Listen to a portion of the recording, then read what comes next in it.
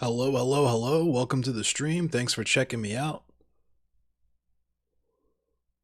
Let's see here. Let's see if we can't get some people in here.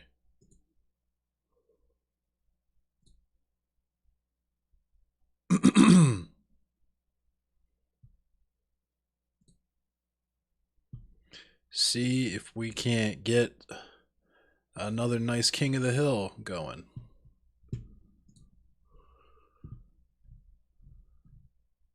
Once again, if you're watching this VOD on YouTube or elsewhere, I stream 10 p.m. Eastern Standard Time. That's New York time, weeknights, Monday through Friday. I will typically be doing. Recently, I've been playing Hunt Showdown, but my wheelhouse obviously is more or less Mortal Kombat. I'm kind of accepting that I'm married to this game at this point. I read the news from like 10 to 10:30 ish, maybe 11, depending on how much news there is. I will say up front on the stream that there's a pretty decent amount of news to cover, so it might be a while before we get to the games. But with that said, it's cool. I'm gonna have a good time.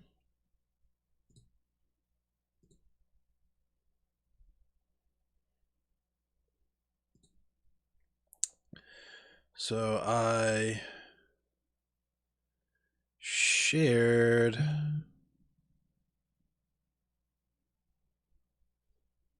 There it is.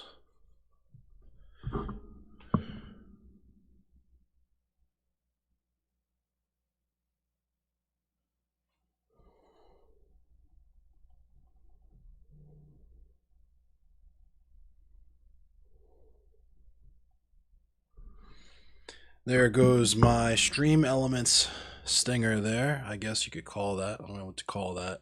It just kind of appears now whenever I go live. And I guess that's the alert that lets other people know that I'm going live.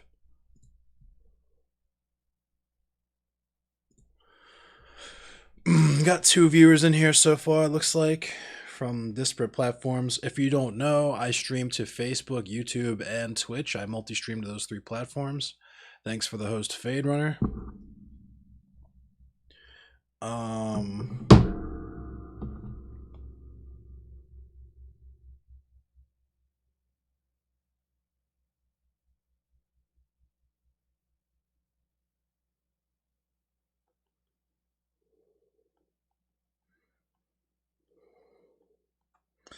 I'll read the news in a second.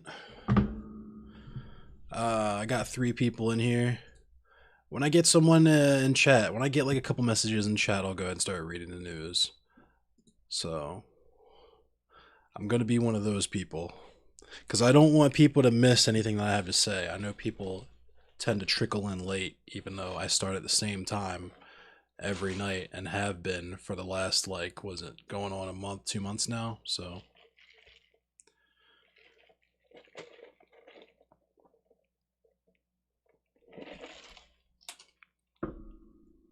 Oh, man.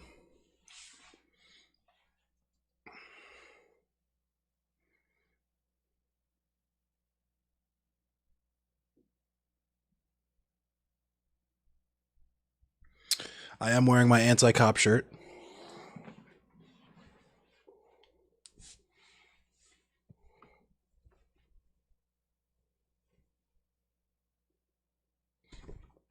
Shout out to Neckbeard Death Camp. Yo, what's up, Urameshi? Hey, you're off tonight, bet. Yeah, I don't have to work tomorrow, so I might be up playing a little bit later than normal tonight. Stream might be going long. The shirt is crazy. Yeah, it's I got it from. Hold on, let me see if I can find a link for it real quick. I'll drop it in chat.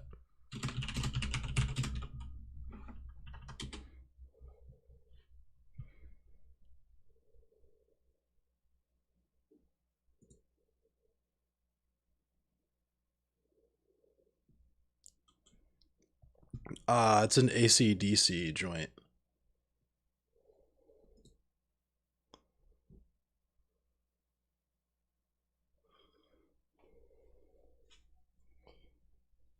What's up, Cam?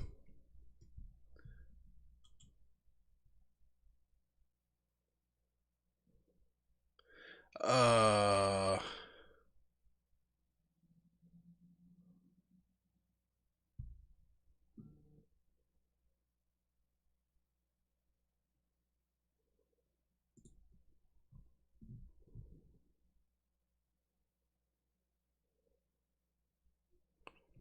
Yes, Filipino Grandpa got me this shirt.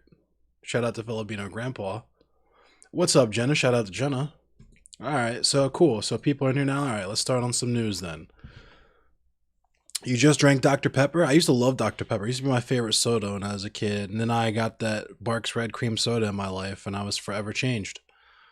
But let's start off with some anti-police news, right? So I covered this before, but it's interesting, so I figured I'd bring it up again. The DC police were victims of a massive data leak. They've been hit with some ransomware.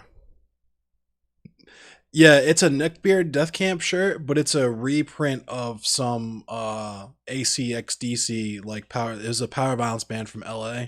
It's a reprint of their merch. Anti-Cop Dorner Crew ACDC. Yeah, the Neckbeard Death Camp, they reprinted it, but it was originally from that band. Both really good bands. If you're into power violence or metal or whatever, check them out. But my view count just plummeted to 1. I have no idea what happened. I hope you all are still here. I don't have any drop frames or anything.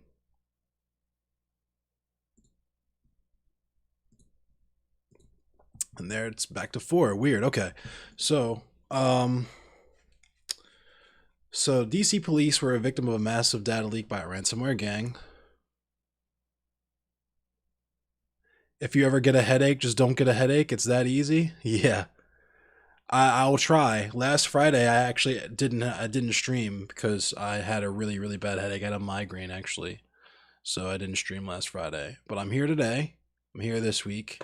There's going to be a later stream because I'm off tomorrow, so we can stay up late together and stay up past our bedtime, tell our parents to fuck off, right? But anyway, let's read this. The police department in the nation's capital has suffered a massive leak of internal information after refusing to meet the blackmail demands of Russian-speaking ransomware syndicate. Experts say it's the worst known ransomware attack ever to hit a U.S. police department. The gang, known as the Babuk Group, released thousands of the Metropolitan Police Department's sensitive documents on the dark web Thursday. A review by the Associated Press found hundreds of police officer disciplinary files and intelligence reports that include feeds from other agencies, including the FBI and Secret Service. Ransomware attacks have reached epidemic levels as foreign criminal gangs paralyze computer networks at state and local governments, police departments, hospitals, and private companies.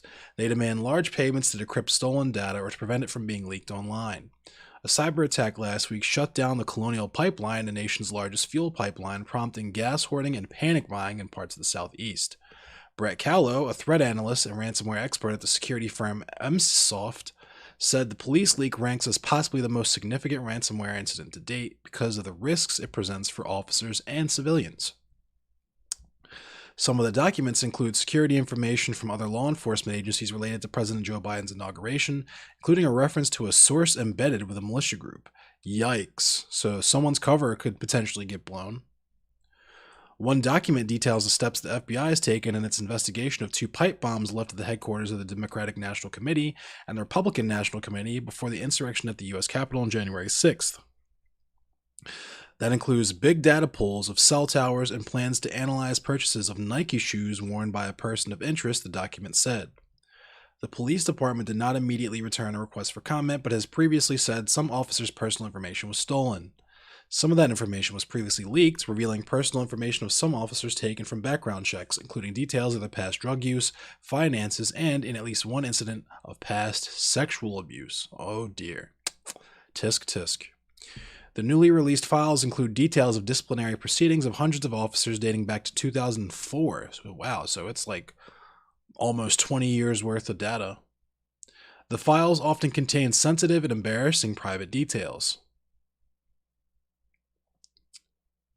What is going to happen when there's an actual shortage of a needed product? Yeah, that's how I feel about it. Police suck. We know this, but this is going to send a shock through the law enforcement community throughout the country, said Ted Williams, a former officer at the department who is now an attorney. He's representing a retired officer whose background file was included in an earlier leak. The leak of such sensitive data underscores how foreign ransomware gangs believe they can act with impunity. A 2018 report from the think tank Third Way found less than 1% of malicious cyber incidents result in an enforcement action taken against the attackers. So basically, they feel like they can act with impunity because they do. That's just kind of the nature of the beast with cyber attacks. Speaking about the pipeline hack Thursday, Biden said his administration is going to pursue a measure to disrupt foreign ransomware gangs' ability to operate. He also did not rule out any kind of retaliatory cyber attacks. And that's a yikes right there. Because that's smoke that the United States does not want, trust and believe. DC Police Union Chairman Greg Pemberton said the union has filed a grievance against the city for violating a collective bargaining agreement. The union also wants the city's inspector general to investigate. How we will ever hire anyone to work here is beyond me, Pemberton said. And right there, if you're a police officer, you should quit your job because you're a piece of shit. You do piece of shit work and you work for a piece of shit system. But also, it's mind-blowing to me the coordination that the police unions have when it comes to fighting for their rights, but unions are so frowned upon in every other area of the working class, right?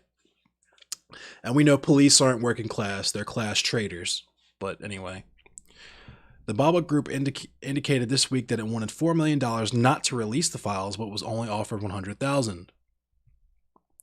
The department has not said whether it made the offer.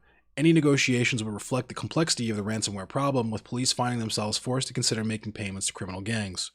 The FBI, which is assisting in this case, discourages ransomware payments. So the thing is, you kind of have to pay that money. The FBI is not wrong, because a lot of the time, even when you pay the money, they're kind of like, haha, thanks for the money, fuck you, you're not getting your files back. So I feel like that's where they're coming from.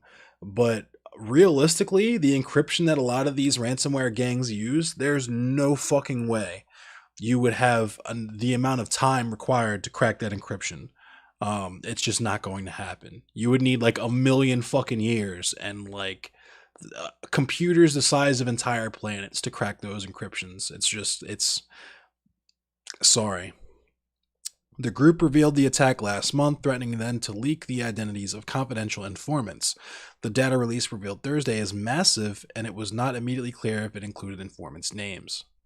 So that's yikes. So they're blowing people's cover, which I don't know how y'all feel about that, but I certainly am not going to complain about it. So let's talk about a governor who's a piece of shit and is calling in the National Guard to strike break, because that's what state does. So Governor Lamont says $280 million package for nursing home workers is best and final offer. National Guard called up in preparation for strike on Friday. Top advisors to Governor Ned Lamont told leaders of the union representing more than 4,000 healthcare workers who are preparing to strike that a $280 million package boosting wages and staffing levels at nursing homes is the state's best and final offer.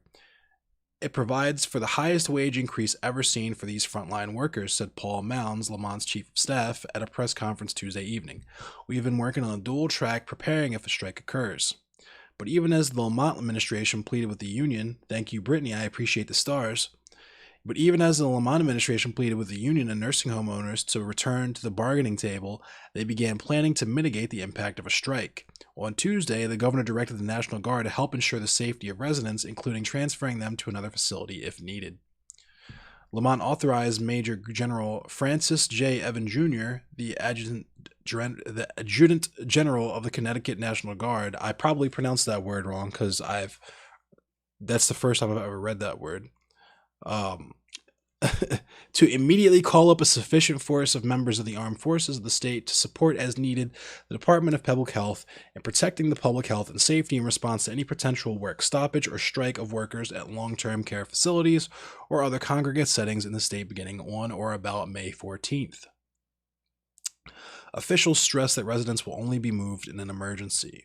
The state is not a direct party to the negotiations, but it licenses skilled nursing facilities, most of which receive hundreds of millions of dollars in funding primarily through the federal Medicaid program.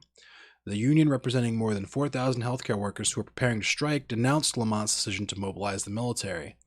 As the governor calls on the National Guard to support nursing homes during the strike, we call on him and his team to put those resources to better use by funding the services provided by nursing home workers, said Rob Burrell, president of SCIU District 1199 New England, which represents the workers.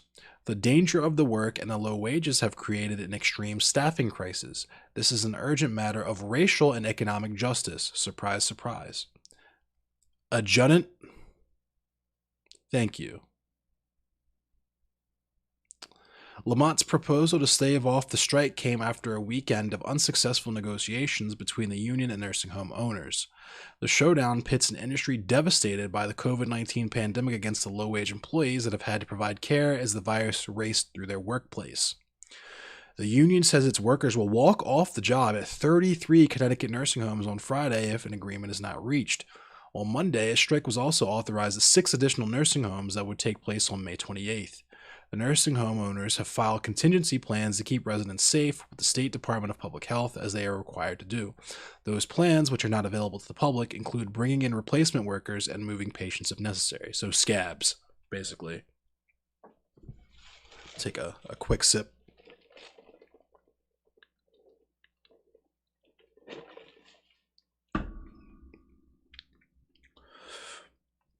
But an official Eye Care Health network said his company has retained replacement workers from 3 national staffing agencies and would not need to move any residents. So, yep, right there. We got temps, or we have scabs. We got our scabs ready to move in and do this work. Deidre Gifford, the state's acting public health commissioner, said department staff will be on site at nursing homes to monitor protocols and ensure rules are being followed. We are just beginning to turn the corner in our nursing homes after an unbelievably difficult year, Gifford said. It will be very, very disruptive for residents and workers. We hope it can be avoided. Mounds and Lamont's budget director, Melissa McCaw, have been working to broker a deal between the owners and the union. The state is not a direct party to the negotiations, but it licenses skilled nursing facilities, most of which receive hundreds of millions of dollars in funding primarily through the federal Medicaid program. What we've put on the table is extremely realistic, and now we'll leave that question back to the union leadership, Mound said.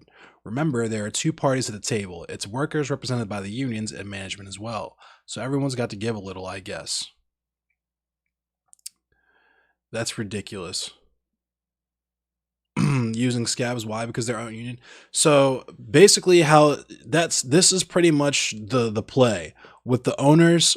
So this is another reason why the police are fucking garbage and the military is fucking garbage, because if you look in the labor history of the United States, the function of the police and the military has always exclusively been to destroy any type of social progress movements. What's up, Kuma Bear?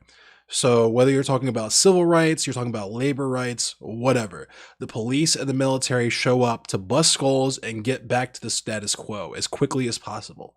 So when you have these nursing home and healthcare workers who are saying, you know what, we're working, we're going to work, we're obeying our duty, we're doing what the fuck we're supposed to do, and you're paying us dog shit, so guess what?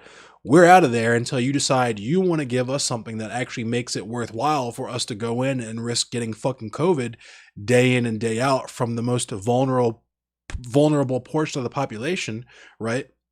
When they're going on strike and saying, we're going to withhold our labor because of the nature of this particular type of skilled labor, they can't just have the military or the police come and go door to door, bust skulls, threaten to send people to jail or whatever if they don't go back to work, right? Which is what would normally occur in a lot of other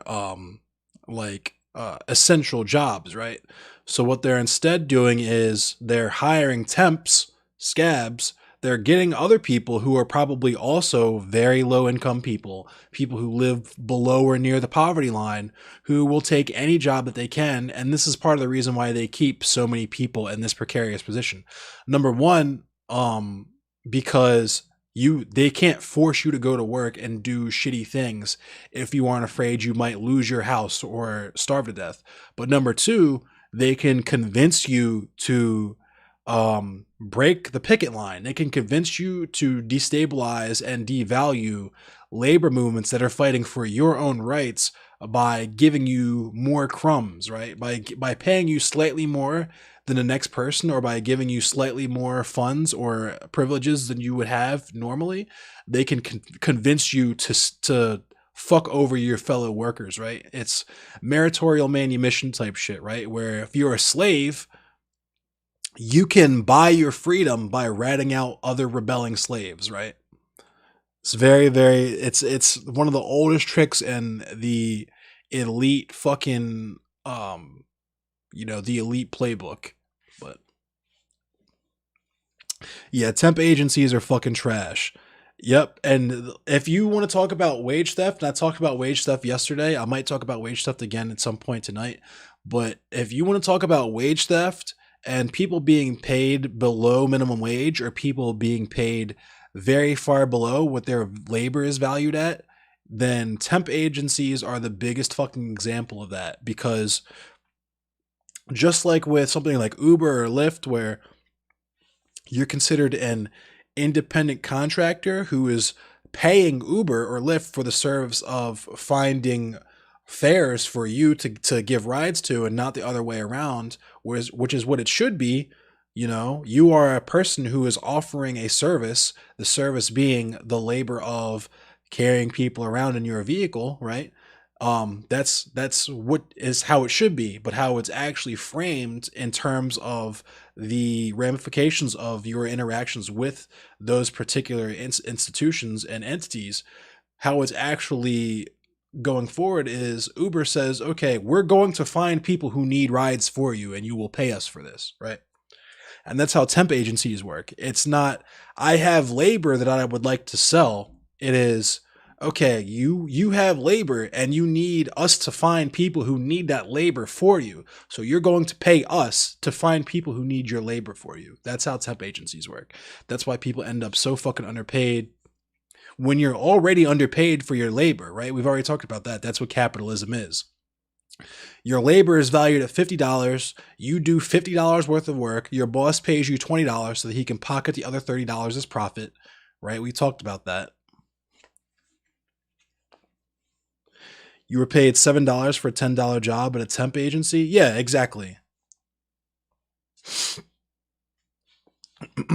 Well, see, the thing about that, Brittany, is if you're a freelancer, it's even worse. And I can say that my stepfather was a trade embalmer, which is where you sell your labor to various funeral homes. You go from funeral home to funeral home and you sell your labor to them.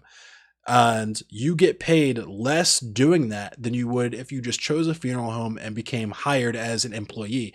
Because when you're an employee, you have to be, once you hit a certain number of labor hours for your work, then you have to be provided benefits, PTO, all of those things that come along with what you would consider the normal benefits for a career, right? But if you're a freelancer or a independent contractor or what have you, then you start getting into billable hours and all the different fees and stuff, in the ways in which it becomes much easier for these entities to fuck you out of your money. Because you, first of all, there's no loyalty in terms of this company or what have you and keeping you with them, but you also have no solidarity because you have no other employees with which to collectively bargain. And this is what makes organizing with other Uber drivers and Lyft so difficult, is because not only are we all independent contractors, so we never really interact with each other, but there's no like office or anything like that for us to all see each other in, right? And a lot of people, we're scattered so far amongst each other, right? Because the markets are so vastly different that it becomes very, very exceedingly difficult. Hold on, let me finish reading this in a second. Okay, so yeah, and with freelancing, that's the other thing. When you're freelancing, you have to buy all of your own tools, all of your own transportation, all that sort of stuff. So that's more shit um that's more ways for the company to offload the cost to you. They don't have to pay for shit. All they do is rake in the profits, which is, like I said, you doing $50 worth of work and then paying you $20 so they can pocket the other 30 for nothing. But and that's what makes that situation even crazier, because the defenders of capitalism would say, well, the owner of the company is fronting the capital so that you can use their facilities, their equipment, whatever, to do the labor that is necessary for you to complete your job. When you're a freelancer, an independent contractor, you've already acquired all the tools and such out of your own pocket to do that job, including transportation in a lot of cases. But the company is still profiting off your labor anyway. Uber and Lyft drivers are also essentially competing amongst themselves to find good rides, which helps further divide them. That is also true. And with that, you have, like I said, with your average capitalist fucking hellhole perspective, which is all companies and all rideshare services and such are on a race to the bottom to pay you as little as humanly possible so that they can make as much profit as possible, right? So what you think happens is that one company offers to pay you $7. You say, fuck that, I'm going to find another company that's going to pay $8. What really happens is you have a company that's going to pay you $7. The next company offers you $6.50, right? And they both communicate with each other, because that's the other thing that gets lost in translation too, is that don't let the Pepsi versus Coke shit fuck your head up. All these companies know each other and work together, right? They all try to work equally as hard to fuck over the working class so they can all make as much profit as possible.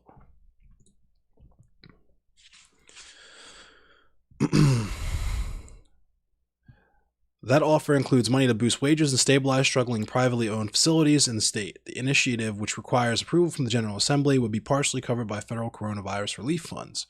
The offer includes a temporary 10%, and see, that's temporary, the operant word right there, temporary. The offer includes a temporary 10% increase in Medicaid funding from July 1st through March 31, 2022 for nursing homes that meet certain benchmarks.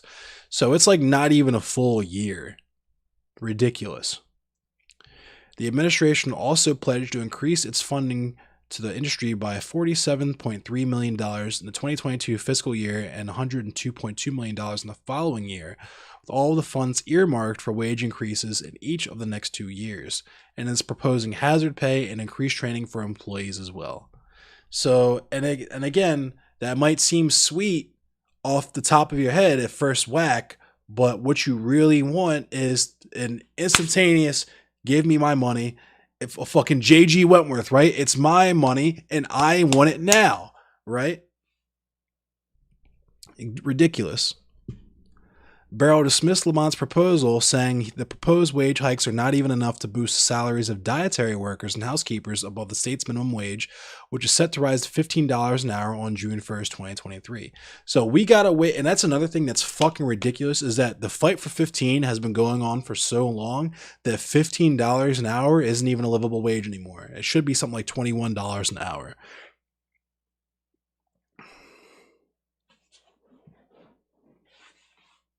J.G. Wentworth, yes. Can you still get tax write-offs as a freelancer? No. That's the fucked up part. So when you're an employee, that's another aspect of how you get fucked, right? Is when you're an employee, your employer files taxes for you. So when you look at your paycheck, okay, there was money withheld for Medicare, Medicaid, federal tax withheld, income tax withheld, blah, blah, blah. When you're an independent contractor or a freelancer, you have to file all that shit yourself, and you will get fucked. Make no mistake about it. The IRS, Uncle Sam, will lube that fucking 13-inch big white cock up and ram that shit.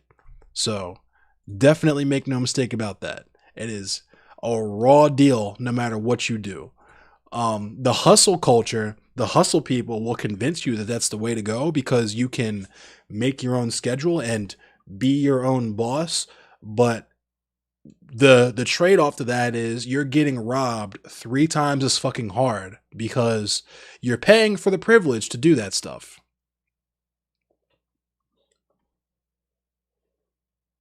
$10.99s, yeah. You know freelancers who do hella tax write-offs? So when you do tax, it depends. It really depends. Like the example that I can think of on cheating the system is like, so lost. There's a record company that I know where the guy who runs this record label will put out records and it doesn't fucking matter because he know it's a shitty death metal label. Obviously, death metal records are not flying off the fucking shelves, especially now. So he knows that he is sinking a lot of his own money into this project. So what he'll do is he'll write it off as a loss during tax season and actually get money back from Uncle Sam for that endeavor, right? But not everyone has the capability to do that because you have to be able to afford, you either have to have innately decent knowledge of the tax system, which not everyone has clearly, or you have to have the funds to pay someone else who is going to be able to do that type of stuff and look out for those types of things for you on your behalf. And that is quite fucking expensive. Quite expensive. It's an industry in and of itself, so it's going to be rare for you to find someone who will not only do that for you for relatively cheap, but then teach you how to do that yourself, right? Because there is no one on fucking planet Earth who is in the business of giving you the tools to make their job obsolete, right? Not in capitalism anyway. So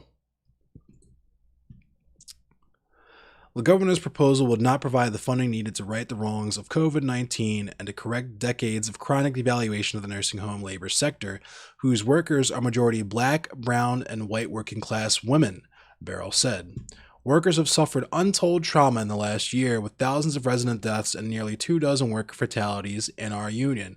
Shout out to Filipino grandpa as well, because Filipino women are, like, I think the highest rated demographic of worker related deaths when it comes to nursing homes and nursing and that whole sector of healthcare.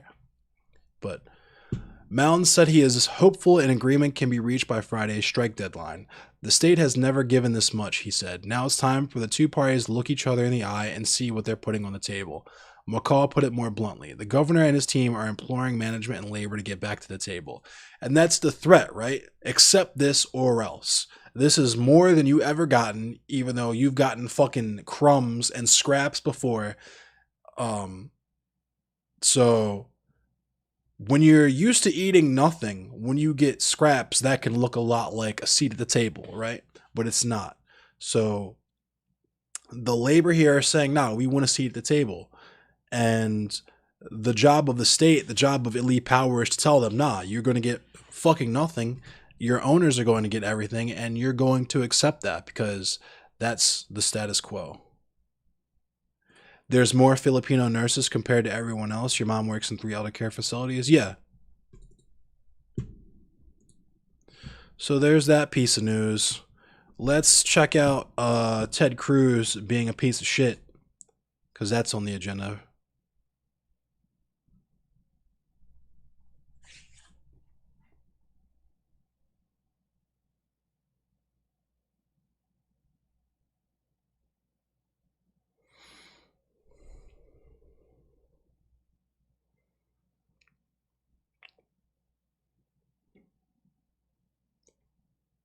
Look at this man. He just doesn't even care.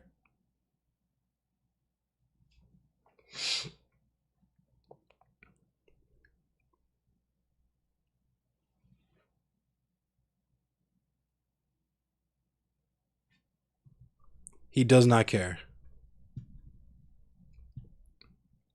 The U.S. Capitol's let me get rid of this. The U.S. Capitol's 3 former top security officials have been testifying on Tuesday before the Senate Homeland Security and Rules Committees about how Congress was breached during the riots on 6th of January. 5 people died and several more were injured on that day as a mob of pro-Trump supporters besieged the building, causing House members to barricade themselves inside offices. Stephen Sund, who was serving as the chief of the Capitol Police at the time of the insurrection, gave his account of the events of that day in front of the committees on Tuesday. Based on the intelligence we received, we planned for an increased level of violence at the Capitol and that some participants may be harmed, Mr. Sund said during his testimony. Just after Mr. Sund made those remarks, the camera cut to Mr. Cruz, who was filmed looking at his phone, appearing to be either messaging someone or searching for something as he repeatedly tapped the screen. As Mr. Sun continued describing how the Capitol Police Force was not prepared for the insurrection that took place, Mr. Cruz continued looking at his phone. Social media users were quick to criticize the senator for using the phone during the testimony, with a catch-all meme one tweeting, "Why does Ted Cruz even bother coming to committee?" User at RichCalkins4 joked, planning his next 24-hour getaway with the fam, while at Sue Beek added, "Yeah, maybe Acapulco this time," in reference to Mr. Cruz's controversial trip to Cancun, Mexico last week. Oh wait, this is old. Yeah, this is old. Sorry. Anyway, Mr. Cruz flew to Cancun with his family last Wednesday it wasn't last Wednesday, but as around 2 million Texans were struggling with power outages and millions more were without access to clean water amid freezing temperatures caused by the historic winter storm Uri. And again, there is on my YouTube like a 3-hour long back and forth of me roasting this fucking idiot about why the power outages in Texas happened, because the dumbass conservatives wanted to blame it on the Green New Deal, which was not even on the books yet, but that's a different subject. There was a quote where Ted Cruz was talking about how the Democrats like bust in thousands of illegal immigrants to vote in the election so that they could cheat to win in 2020. I guess it's not on here, but anyway, I'm off this already because it's old and I didn't realize it was old. This is a little bit more recent. We could check this quote out because this is pretty fun. This is a GOP lawmaker talking about lynching on the floor, which is also very, very cool. Whoops. Let's check this out. I forgot to unmute it.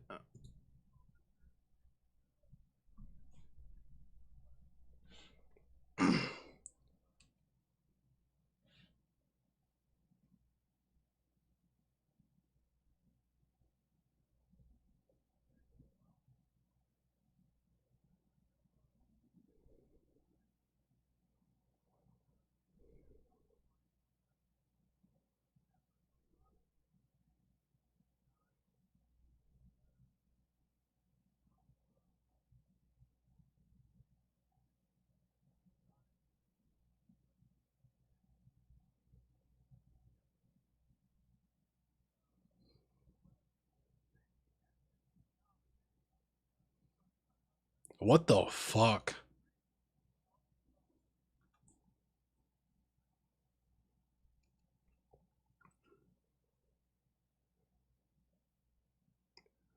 What the fuck, dude?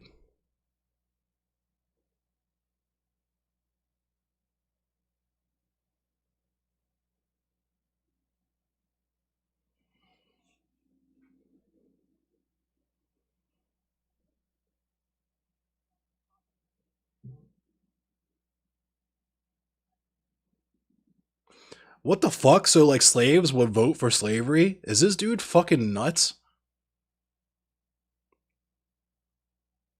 No sound? Whoops.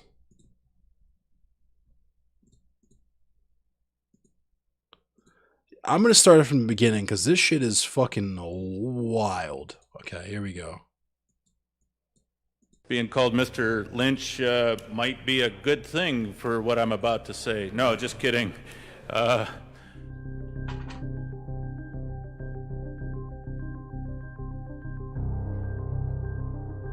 Going back to the founding and going back to the 3/5, I heard the comments and I appreciate them and I respect them.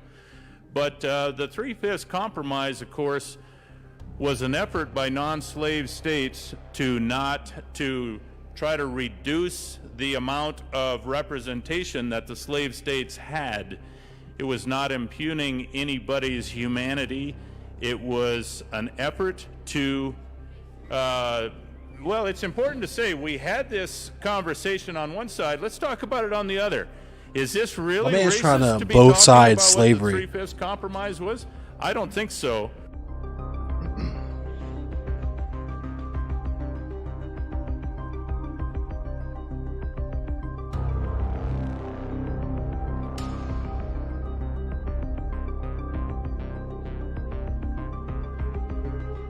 My man The praised it. Three-Fifths Yeah, Al Gal, my Compromise pal. Shit's was crazy. a direct effort to ensure that southern states never got the population necessary to continue the practice of slavery everywhere else in the country. My man said that slaves would have voted for slavery.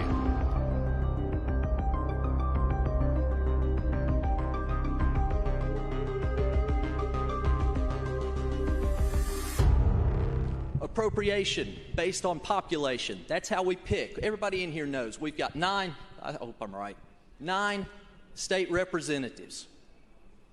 By limiting the number of population in the count, they specifically limited the number of representatives that would be available in the slave-holding states, and they did it for the purpose of ending slavery, well before Abraham Lincoln, well before a Civil War. Do we talk about that? I don't hear that anywhere in this conversation across the country.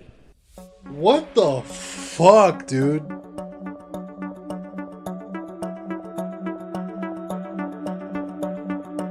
What the fuck is this, dude?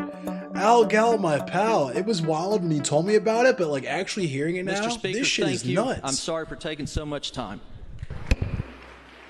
And they're clapping.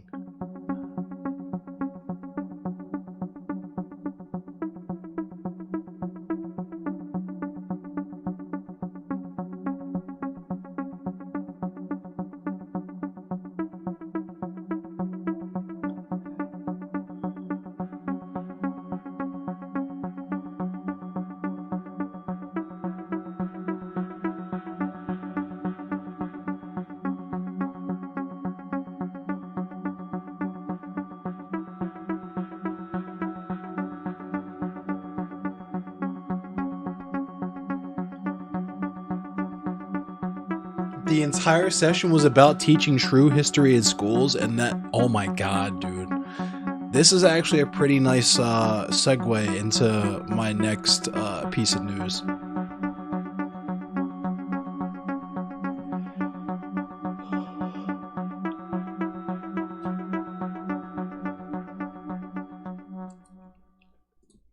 That's pretty gnar. Pretty fucking gnar. So, yeah, so they were in there literally arguing about banning critical race theory from schools, I guess, and he was saying that bullshit in there.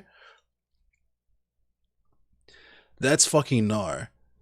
That's pretty fucking gnar. But on that note, apparently Biden dissolved controversial Trump orders on race and culture. President Biden has revoked a number of executive actions taken by former President Donald Trump in the last year of his administration, mostly in response to the protests over systemic racism and police violence. The orders include Trump's move to establish a National Garden of American Heroes, an order related to conservative complaints about social media censorship, and orders he signed to protect monuments and statues when protesters were targeting Confederate symbols last year. Those demonstrations intersected with the summer protests against the murder of George Floyd at the hands of Minneapolis police. The president also revoked the 2019 Trump proclamation that purported to prevent immigrants who will finally financially burden the United States healthcare system from entering the United States. Who will financially burden the United States healthcare system from entering the United States. Yikes. In announcing the suspension, Biden said the Trump healthcare order does not advance the interests of the United States. My administration is committed to expanding access to quality, affordable health care. Of course, not Medicare for all and not a public option, just, we'll make it cheap. If you got diabetes, don't worry, I'll try and make your insulin cheap. You still got to pay for it though, even though you need it to live. Yo, Justin, we'll get to set in a minute. I'm going to finish reading the news and I'm going to boot up the Mortal Kombat. We can achieve that objective, however, without barring the entry of non-citizens who seek to immigrate lawfully to this country but who lack significant financial means or have not purchased health insurance coverage from a restrictive list of qualifying plans. For Biden, who ran on a message of unifying the country after 4 starkly divisive years of Trump, thank you for the follow, Shizcap. These measures are meant to present to the world a changed and more progressive stance on humanitarian and social issues. They also follow an earlier suspension by the Biden administration of Trump's 1776 Commission, which sought to counter recent strides made by the American education system to describe more accurately the violent and racist roots of the United States government and society. So, yeah. Hey, Shizcap, I appreciate you.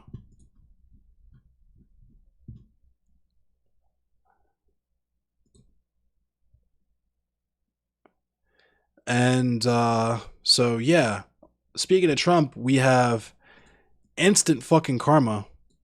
We have our Ron Burgundy moment from Liz Cheney. Let's check that out. Did you vote for Donald Trump in 2020? I did. Do you regret that vote? Look, I think that I mean, how could you not regret that vote given what's happened? yeah, I mean, look, I was never going to support Joe Biden, and I do regret the vote. I think that it was a vote based on policy, based on sort of substance and what I what policy, know though? in terms of the kinds of policies he put forward that were good for the country. What policies? But I think it is fair to say I regret the vote. If the Republican Party nominates Donald Trump in 2024, could you stay in a Republican Party that decides that he should be the nominee again?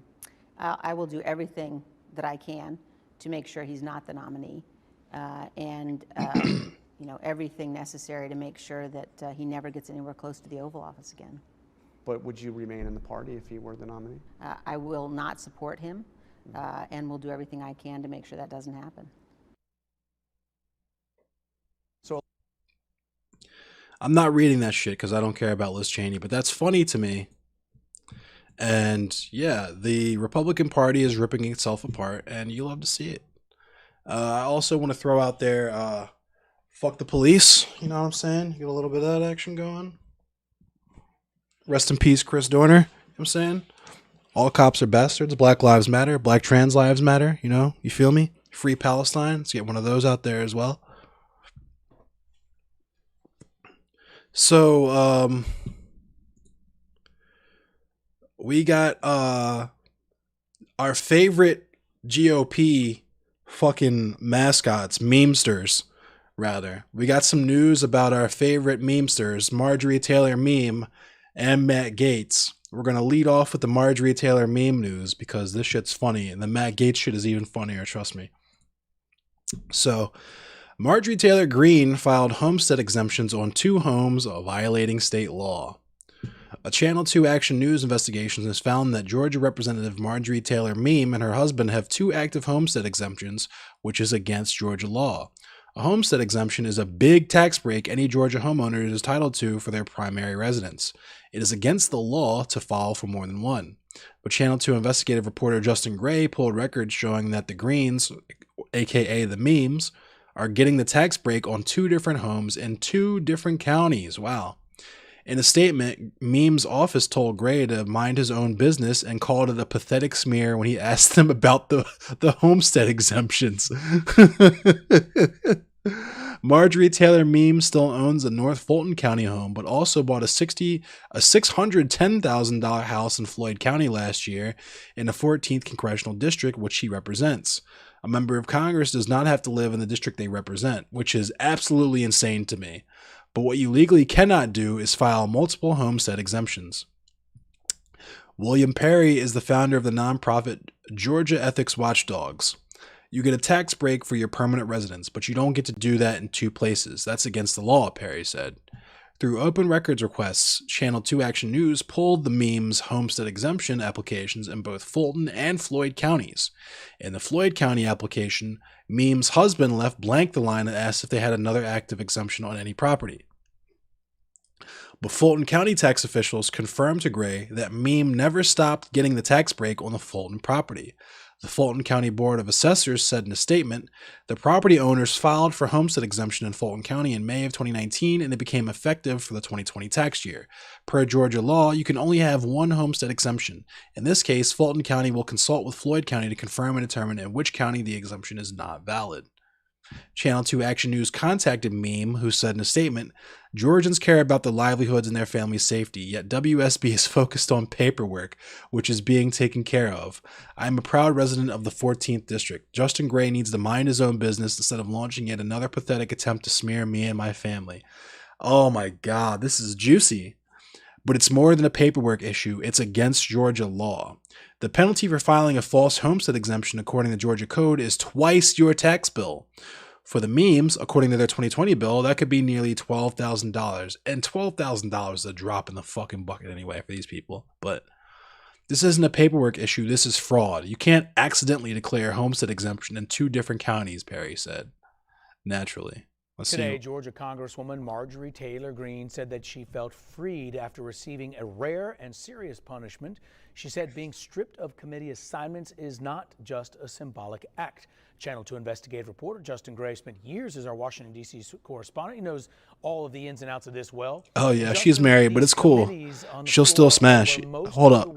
You could still smash, dog. You could definitely still smash. I'm going to show you something after this, because you could definitely still smash even though she's married. Certainly the influence in Congress. Yeah, Justin, this is how members of Congress spend most of their day-to-day time when they're there in D.C. And a lot of it actually is not particularly partisan. It's where they're sitting down, they're actually writing the laws, doing the real work of Congress. Now, Marjorie Taylor Greene's constituents, they don't have a voice in that process. I'm fine with being kicked off of my committees because it'd be a waste of my time. A waste of time. Multiple times when she spoke today outside the U.S. Capitol. And that's what Georgia Congresswoman Marjorie Taylor Greene called congressional committees. Wednesday, the House voted to strip her of all of her committee assignments. For months, we've been reporting on her social media posts promoting conspiracy theories, claims that deadly school shootings never happened, and death threats against leading Democrats. Going forward, I've been freed. I do. I feel freed because you know what's happening on these committees? You see, we have basically a tyrannically controlled government right now. The Democrats. That is where 90% of legislating takes place. Georgia native Brendan Buck was a top advisor to 2 Republican House speakers, Paul Ryan and John Boehner. He says committee work is a critical part of a member's job in the majority or minority party. When you can't legislate and when you can't carry out oversight activities, you really have taken away almost all of your power as a member of Congress when it comes to making law and trying to make change to improve people's lives. The last member to be stripped of his committees, Republican Steve King in 2019, lost in the primary the following year in his conservative district. They run into trouble back home because they really lose their ability to... Your tantra ain't great? Was your gym game proper? Green offered a blanket apology without specifying what she thinks she did wrong. I'm sorry for saying all those things that are wrong and offensive. Now, Greene today did talk about her priorities, stopping gun control, fighting abortion, but by losing her seats on those committees, she's really lost her voice and influencing those issues in Congress. Reporting live at Midtown Atlanta, Justin Gray, Channel 2 Action News. So that's funny. Ooh, I forgot. I gotta do this. She smashed 2 dudes outside her husband. She done smashed 2 dudes outside her marriage, bruh. Shit's wild. Big Richard Lizard Man. Oh, man. You're vegan, but she's definitely going to be getting that meat. Am I right? Oh, shit.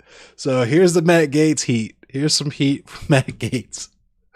Oh, my goodness. Matt Gaetz with strippers and cocaine. Living the life that we all wish that we could live.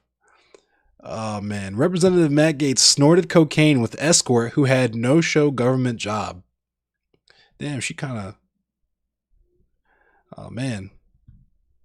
When Representative Matt Gaetz attended a 2019 GOP fundraiser in Orlando, his date that night was someone he knew well, a paid escort and amateur Instagram model who led a cocaine-fueled party after the event, according to 2 witnesses.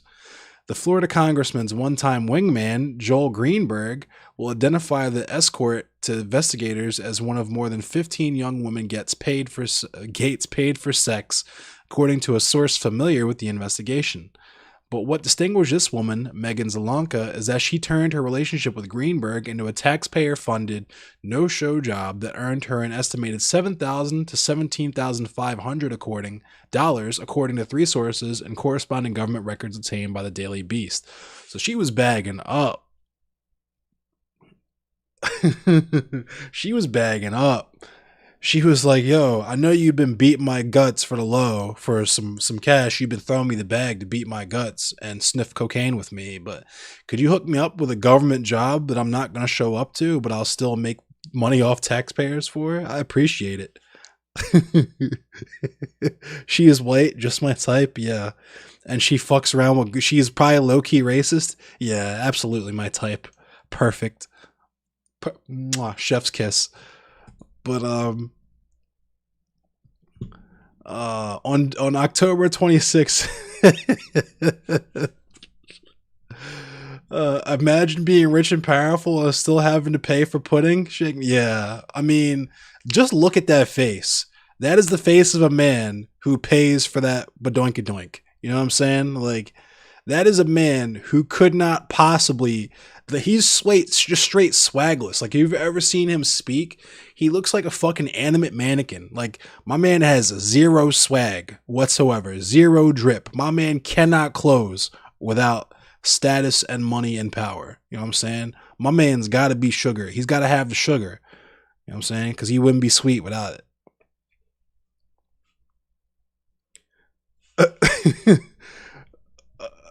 Quick throw the computer in the microwave. Oh my goodness. Was I lagging out? I was lagging out? Damn. Anyway.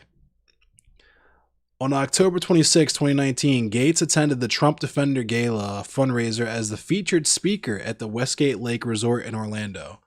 2 witnesses present recalled friends reconvening at Gates' hotel room for an after party where Zelenka prepared lines of cocaine on the bathroom counter. One of those witnesses distinctly remembers Zelenka pulling the drugs out of her makeup bag, rolling a bill of cash, and joining Gates in snorting the cocaine. While the Daily Beast could not confirm that Gates and Zelenka had sex that night, 2 sources said the pair had an ongoing financial relationship in exchange for sex. She was just one of the many pieces of arm candy he had, said one source familiar with the encounters between Gates and Zelenka. The congressman, who has declared that he never paid for sex, wrote off the stay at the hotel as a campaign expense, with his donors picking up the tab. God damn, dude. Fucking Paul Verhoeven couldn't write shit like this. Holy fuck, dude. Jesus Christ, man. The U.S. Secret Service, which initiated the Greenberg investigation over allegations that Greenberg used county resources to mine Bitcoin. God damn, dude. What is this, dude? This is fucking, oh my God. This is RoboCop 4. Would not comment on the ongoing probe. Federal prosecutors with the used county resources to mine Bitcoin. I'm sorry, dude. That's just, holy fuck, dude. This is amazing. This is, if you tried to write dystopian fiction, like dystopian fucking futurist fiction, like a movie like this, the producers would tell you that the shit was way too on the nose. You know what I'm saying? Like, this is just insane, bro. Just absolutely fucking insane, dog. But federal prosecutors with the Middle District of Florida would not say if investigators have questioned Zelenka. Greenberg's attorney declined comment, citing attorney-client privilege. They never made any sequels beyond 2. Fuck off, dude. I had the RoboCop 3 toys. Don't front like you ain't had the action figures either. You know you fuck with the Asian fucking katana cyborg. Shit was sweet. He had a little smile when he got fucking duffed in the shit. You know you fucked with it. Gates' office did not respond to a request for comment. However, his hired public relations firm, Logan Circle Group, did issue this statement. Congressman Gates won't be commenting on whether he dated or didn't date specific women. Oh my God, dude. The privacy of women living private lives should be protected. Harlan, we're going to make it a feminist issue. Harlan Hill, the president of that firm, did not address questions about cocaine, the party, or the fundraiser. After repeated calls and messages to Zelenka over the last 5 weeks, her attorney told the Daily Beast on Thursday night that she is not speaking to any media outlet. Mark J. O'Brien, a criminal defense lawyer, said the allegations were not accurate but would not elaborate further. He did not respond to a list of detailed questions about the fundraiser party, Zelenka's county contract, or her relationships with Greenberg and the congressman. The anti-Asian Zaibatsu stereotype.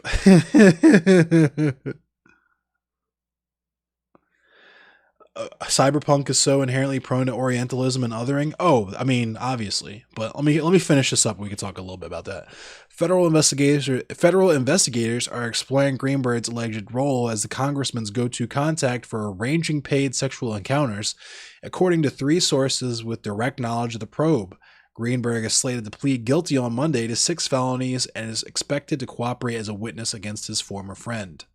Jesus Christ, dude. Zelenka, who was an amateur fashion model. Thank you for the donation. Hey, no comment. Thank you, Numbers. I appreciate you with the $20 dono. Zelenka, who is an amateur fashion model and the communications director for the American Medical Marijuana Physicians Association, received $4,000 on Venmo from Greenberg during his first year in office in 2017, mostly in $500 installments. And Greenberg, who is married, oh my God. Greenberg, who was married, listed various explanations for why he paid Zelenka. In the memo fields of his Venmo payments, he paid her $500 for stuff, another $500 for other stuff, and $1,000 for pool. On a single day in November, he paid her $500 for food and $500 for appetizers. But Zelenka's interactions with Greenberg in 2017 morphed into a business relationship with the air of legitimacy. In December of that year, she was in close communication with him as she created her own company, MZ Strategy Group LLC, according to emails between Greenberg and Zelenka that were viewed by the Daily Beast. The next month, Greenberg awarded her a county contract, agreeing to pay her $3,500 a month for management of digital content and production of social media engagements. Holy shit. So he basically just made her the social media manager, which is the most non-job job that you could possibly fucking imagine. You literally just have to play on your fucking phone for like an hour a week, right? Zelenka's firm received $3,500 installments in Seminole County taxpayer funds in January and April 2018, according to an analysis of Greenberg's government spending obtained via public records request. Those payments would later be flagged as a questioned or unaccounted for purchase by county contracted auditors with the Florida Forensic Accounting firm MSL. Even the tax office's own chief financial officer who processed the payments noted in her reports do not know it what it's for. That's funny. Endless purgatory. Auditors flagged other $3,500 installments in February, March, and May of that year in the form of suspicious cash advances directly to Greenberg, but Greenberg never specified the purpose of those withdrawals. The charges appear to have ceased after that point. Totally a no-show job. There's no work product. No evidence work was done. It's just unbelievable. The accountant. I know they were mad. Credit where credit is due. Shout out to Joel Greenberg because his salt game is on fucking point. I know that fucking accountant is fucking heated. I know he was pissed. 4 people familiar with Zelenka's arrangement said it was a no-show contract. Zelenka never worked at the office, and it was unclear what service she provided, they said. Accountant Daniel James O'Keefe, or I don't know if it's James, it's Jay O'Keefe, who led the forensic audit of Greenberg's alleged self-dealing, said tax collector employees told him the woman behind the company was a mystery. O'Keefe added that he had no proof Zelenka ever provided the services itemized in her contract with Greenberg. I have no idea what they were doing, and employees wouldn't know what they were doing. Totally a no-show job, O'Keefe said. There's no work product, no evidence work was done. It's just unbelievable. You PM'd me? I'll check it in a minute. Zelenka also features prominently in a tranche of Greenberg's Venmo transactions, which include his payments to more than 40 women. Those women receive hundreds of dollars at a time for memo items such as salad. I'm sure there was some salad getting tossed. Lemons and ass. Yo, he was paying for ass and straight sending the money on Venmo. Like, here's that money for that ass. Appreciate it. Yo, what the fuck? What in the fuck, dude? Oh my God. The Daily Beast spoke to 12 of these women who all said the payments were at least in part because Greenberg intended to have sex with them. Let me Venmo you $3,500 for some ass. What the fuck, dude? We're having salad, lemons, and ass for dinner. Yeah. Can we stop at McDonald's? You have McDonald's money? No? Okay. You know I spent good money for this salad, lemons, and ass. All right. 3 young women paid by Greenberg, who spoke to the Daily Beast under condition of anonymity, placed Zelanka in the room during a 2018 encounter at the Duval Hotel in Tallahassee. One of the women, all of them 19... Oh my God.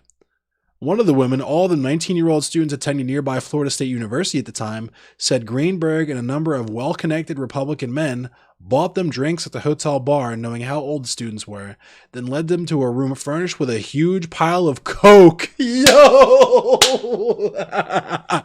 They straight had the RoboCop table. Yo! The men wanted to have sex with the teens and implied that Zelanka, who was in the room, would join in, one of the women recalled. When the teens refused, Greenberg, Zelanka, and another man went into a connected room to have sex, according to one of the former students, and screenshots of a conversation between the 3 women reviewed by the Daily Beast. Yo, how do I get invited to one of these fucking racist white people coke and sex parties, yo? I'm here for it. All funded by taxpayer money too? Fuck yeah, I'm here for it.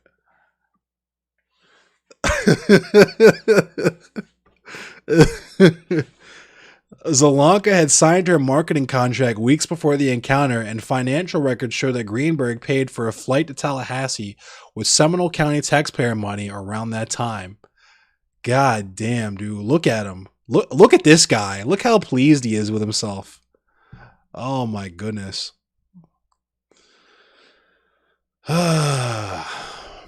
Zelanka's interactions with Greenberg's circle extended to Gates as well. So that's her with Matt Gates in the picture, yo. I thought that was a shoot. I thought that was Photoshop in the first picture. Oh my God. In mid-2018, Zelanka became a spokesperson for the American Medical Marijuana Physicians Association. Yo, fuck yeah. You're out here. Yo, how the fuck do I get invited to the rich, racist white people, cocaine, backwoods, and sex parties? I want the invite. Shoot me the invite. Shoot the invite or shoot the fade, because I want in on this. A cannabis legalization group with close ties to Gates.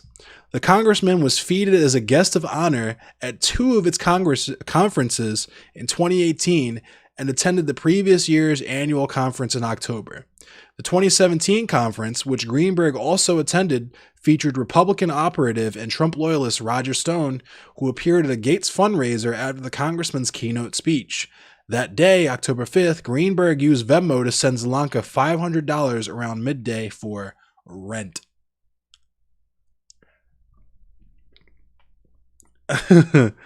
What's up, Key Brown? The coke and no cops? Hell yeah. Yo, if I gotta be there, I want the full regalia. I want the whole shebang-a-bang. I want the lemons and the salad and the ass. I want everything I was promised. Other AMMPA officials have close ties to Gates and Greenberg. In Gates' book, Firebrand, published last September, the congressman singles out Executive Director Savara Hastings and her boyfriend, AMMPA Chairman Jason Pirozzolo, as some of his best friends. Gates also said that means that they were tag team and his wife. Gates also says he has spent New Year's Eve with the couple in the Florida Keys, and he has posted Instagram pictures featuring Hastings in Pirozzolo's private plane as far back as 2014. That means they were Eiffel Tower and that man's wife. Poor guy. Investigators with the Justice Department's Public Integrity Division are now examining Gates' interactions with young women and cannabis industry at contacts, CNN reported, as part of a probe into whether Gates was provided with sex from escorts in exchange for political favors. The sprawling criminal inquiry that originated with Greenberg has since morphed into an investigation into Gates' role in an alleged prostitution ring that includes potential sex crimes with a 17-year-old girl. Imagine Matt Gates railing your wife. Oh my God. Hold up. Let me stop for a second. He's giving your wife the best fucking 30 seconds of her life with all 4 inches of dynamite. You know what I'm saying? Just look at that, man.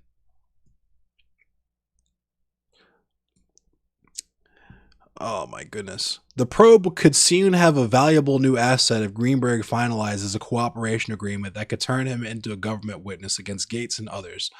While Greenberg was out on release during his final months of the Trump administration, he wrote a confession letter. We talked about that on stream and that whole crazy fucking bullshit. He wrote a confession letter that said he saw acts occur firsthand involving Gates and the underage teen.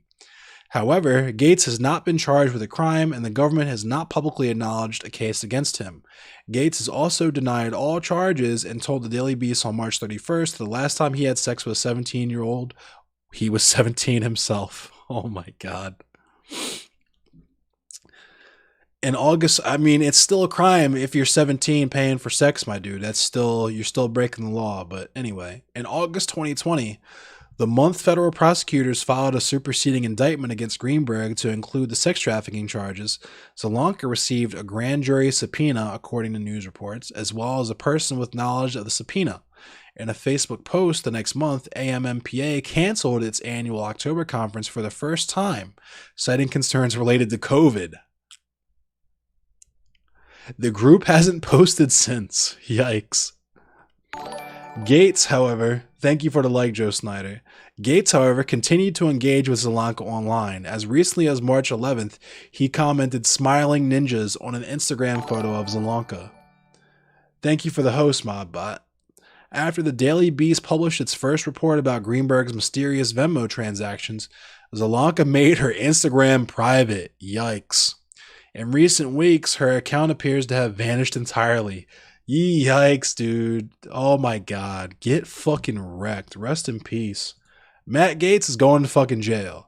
If I have any conservatives still on here who are talking about how Matt Gates was just the target of a political fucking conspiracy to attack him and extort him and his family, I genuinely hope you are making peace with how fucking wrong you are, because that man is going to fucking jail. He is going to jail.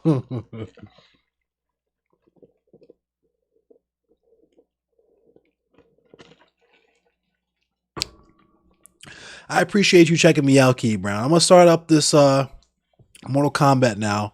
I have one last piece of news that I want to talk about because it's fucking scary. Really fucking scary. So yesterday I talked about how the CDC has now made it okay, or rather has stated that it is cool for people who are vaccinated to go into public maskless, which we know is going to lead to people who are not vaccinated, who have already been refusing to mask up for the past fucking year and change. They will definitely be going out in public with no mask on now. So if you aren't vaccinated, please do that ASAP for your own benefit, because these people will give you COVID. And Baltimore County is following suit. The area in which I live is following suit with that regulation. So masks will be less and less common now and in the future. But also we have this piece here. Walmart, Trader Joe's, and Costco say vaccinated customers don't have to wear masks in stores. So 3 of the biggest big box stores in the country are now saying basically masks are optional, right? Because, yeah, you have to show someone your vaccination card at the door. Like, what the fuck? How are you going to do this dumb shit? So, yeah, this shit is fucking scary. You should probably get vaccinated because these fucking crazy dumb people are going to give you COVID.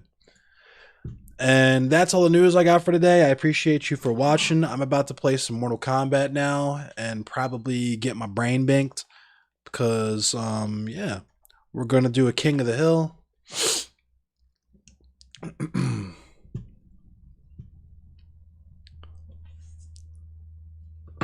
Neolib shit. Oh, yeah. Neoliberalism is just like diet fascism. Neoliberalism is just boneless fascism.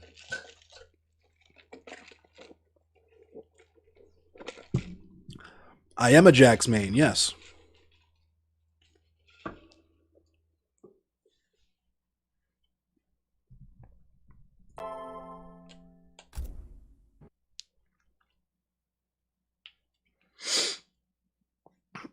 I'm going to start up a King of the Hill lobby. If you'd like to join, if you'd like to play with me, just go ahead and let me know. Drop your gamer tag or whatever you want to call it in the hold on. I have to restart the application. I guess there was an update or something.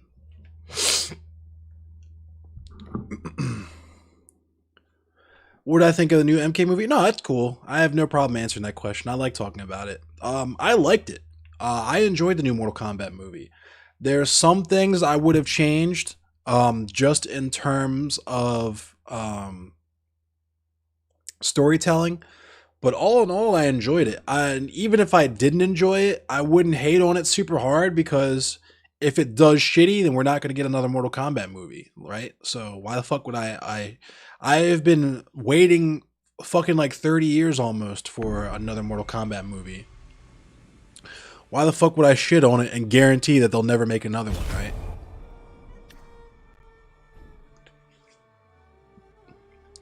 When am I going to invite Slayer to guest a few KOTH rounds? He's too busy. Nice that I'm spreading the bad stuff going through the world. Yeah, Ricky Rick. I mean, it's stuff people need to know about. Especially stuff like Palestine, free Palestine, Black Lives Matter, Black Trans Lives Matter, all cops are bastards, abolish the police. This is an anti-police stream. Anti-American imperialism, anti-colonialism, anti-Zionist stream. All that good stuff. You know what it is. You know the vibes. And, you know, it is what it is. Yeah, Jen, I appreciate you hanging out. You have a great night, too. I hope you have a good weekend.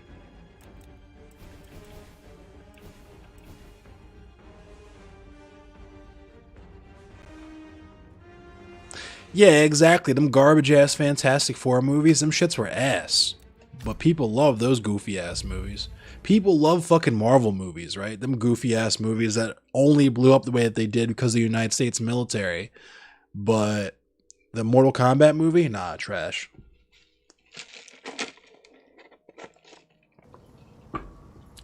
Yeah, put your PSN in the chat if you want to join up.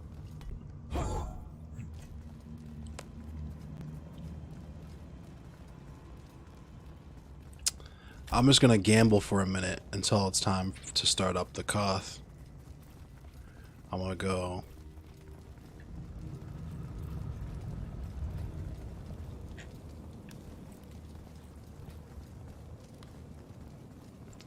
This away.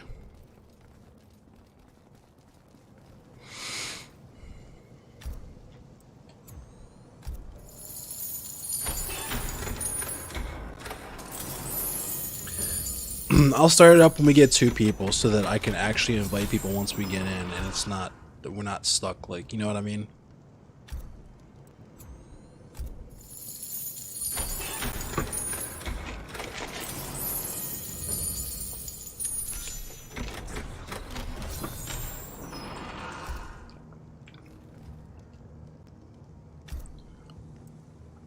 PLG, right on. The PSN movies, do you mean the Marvel movies? Because the Marvel movies didn't really follow the comics either. Like, Civil War didn't even have a single X-Men. Well, it had Quicksilver. Well, Age of Ultron had Quicksilver and Scarlet Witch, but they're technically Avengers. They're X-Men who became Avengers. You're not staying long? Okay. We can just run just some games, you and I, if you want. I think Justin, there's a guy named Justin from YouTube who's in here as well. Civil War was garbage? Yeah. Civil War. The most important things from the Civil War comics didn't even happen in the Civil War movie, right? You have Peter Parker revealing his secret identity as Spider-Man, didn't happen. Steve Rogers, Captain America, getting clapped by Bullseye, didn't happen. Bullseye is not even referenced. He's not even in any of the movies. They couldn't have X-Men at the time. Yeah, that's what I mean. It's like there's excuses for it, sure, and they're legitimate excuses, but it's still not like the comics. You know what I mean? It's still not like the story that it's based on. They couldn't have X-Men, they couldn't have Daredevil, they couldn't have the Fantastic Four, and they couldn't have Galactus.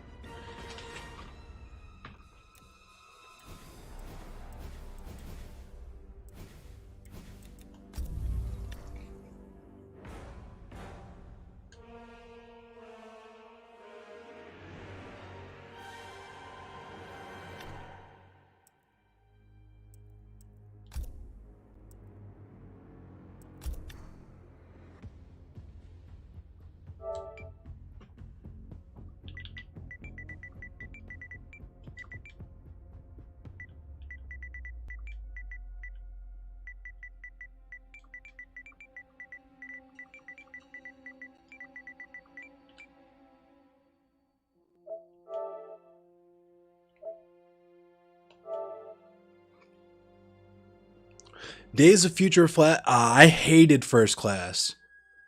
Yeah, I'll invite you, Ricky.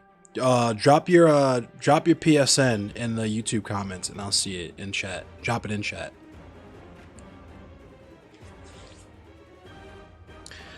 I didn't even see Dark Phoenix. I straight up forgot that movie existed. High key. Apocalypse was trash. Days of Future Past, in my opinion, was the best one since the first one. Let me also invite. Just go ahead and drop your PSN, Ricky Rick, and just post it in chat, and I'll see it. And yes, First Class. They killed Darwin.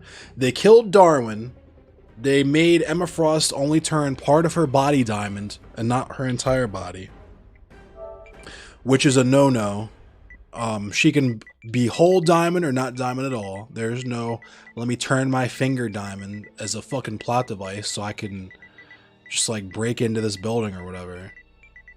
Just goofy shit. Like the shit that's completely unnecessary to do. Should you go try hard? I mean, try hard. Do whatever you want to.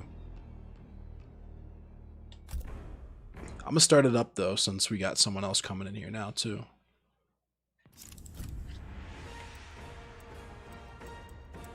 Jax, Cassie Cage.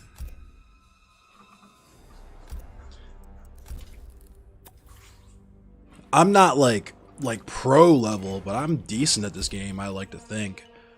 Tournament.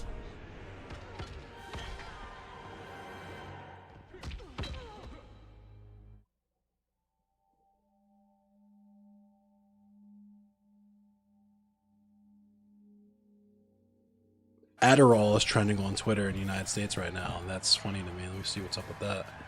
Kobe is also trending. I know the future looks dark. This future is bullshit. Do not let Jackie hear you say that. Round 1. Fight.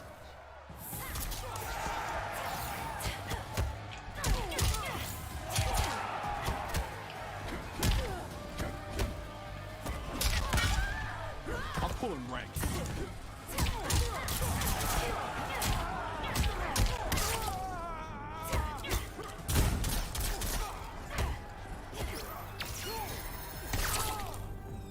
Hardcore!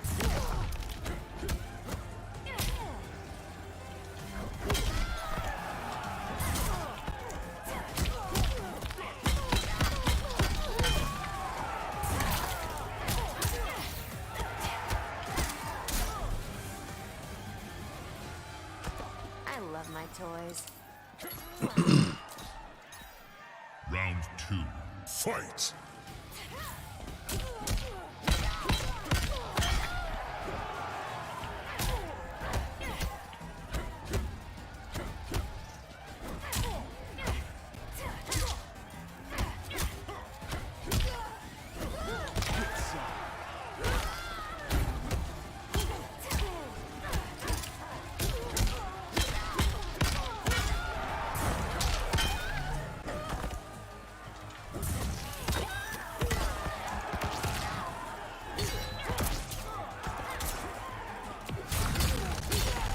Good round. It's been a long day. Final round, fight!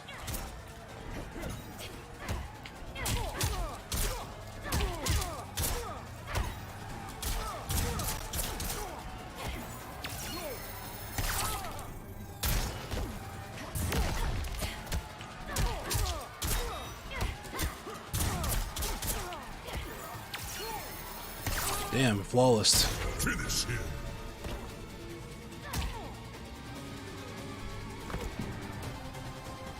Good game. Cassie Cage wins. Flawless victory.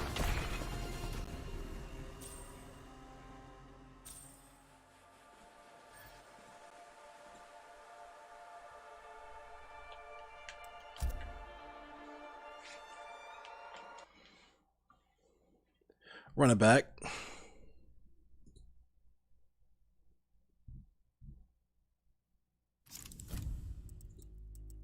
The Joker. The Joker. Oh, it's y'all. The Hourglass.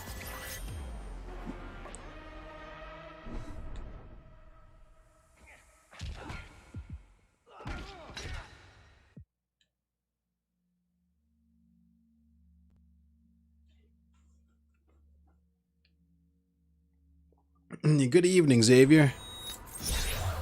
Hope you're having a good night. Round 1, fight. Ooh. Ooh, the wake up.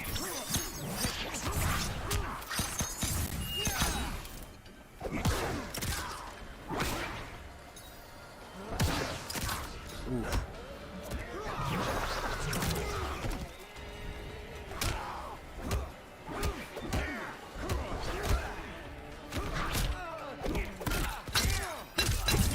Corner.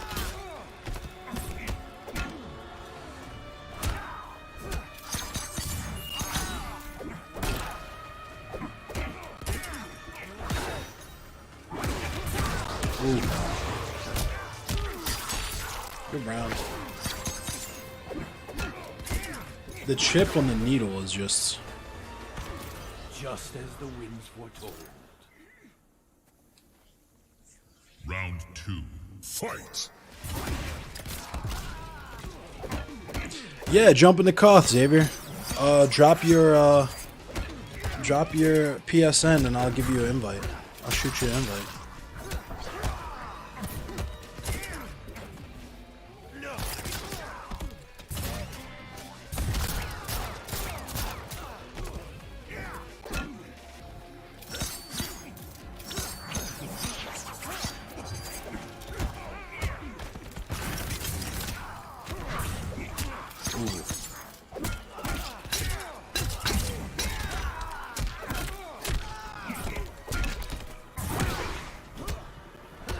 Nice combo. Nice throw. Ooh. Finish him. The little wind pull punishes that boxing glove shit every time. Wins.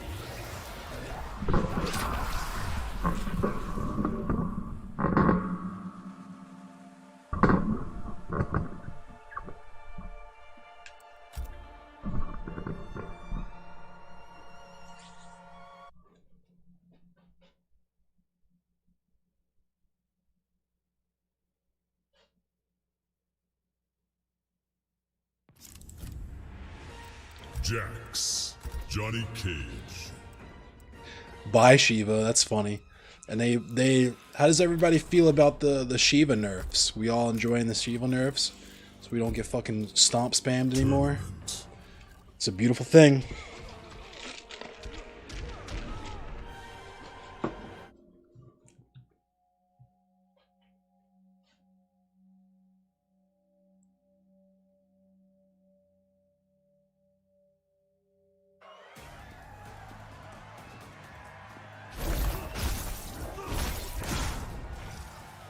Got my eye on you, Cage.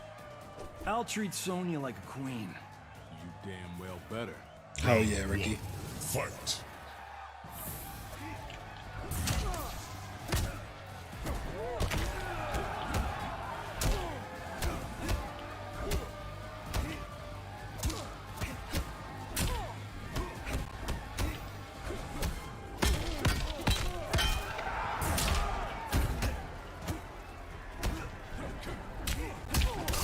Nice backup.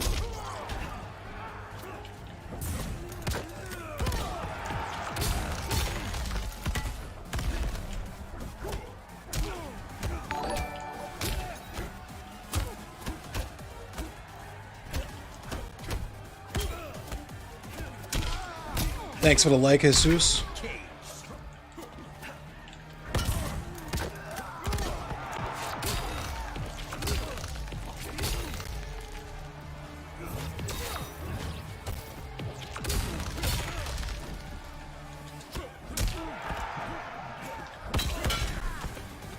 Good round. Round 2. Fight.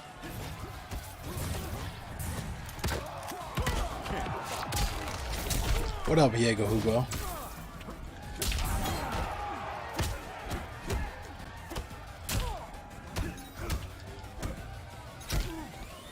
That was a whiff command grab.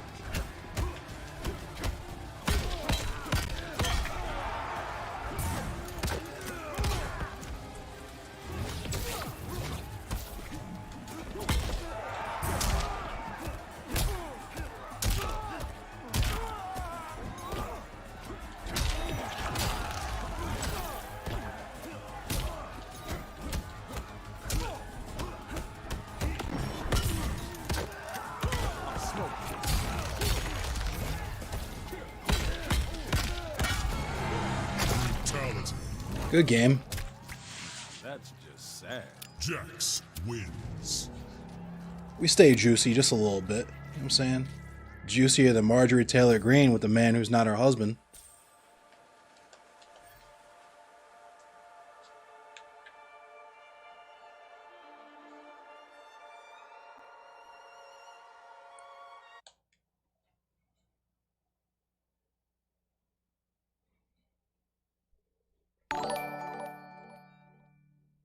Hey, Lorenzo, thank you for the like. I appreciate you. The Joker. The Joker. Jax. Salad, ass, and lemons. The real Gates diet.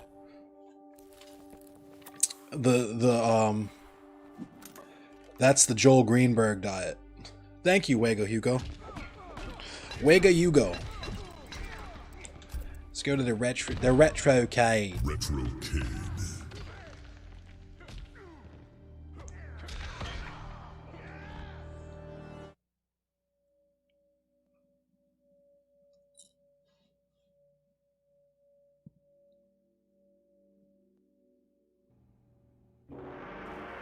Round 1.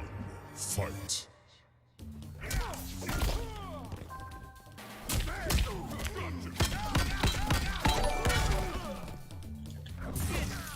Thank you for the follow. I'm pulling rank.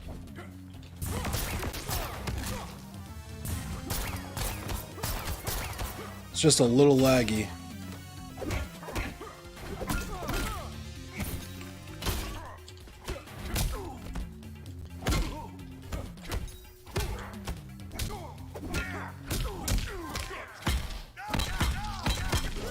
I'm smoking you.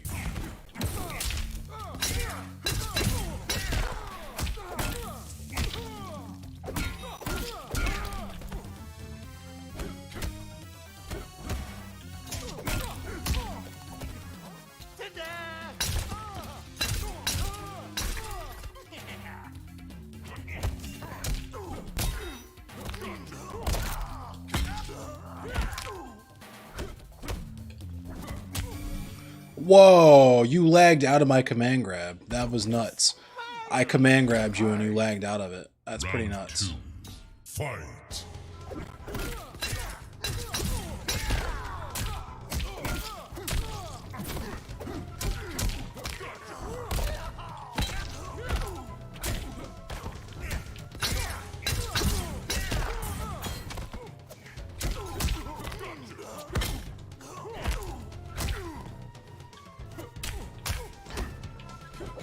I'm lagging so bad.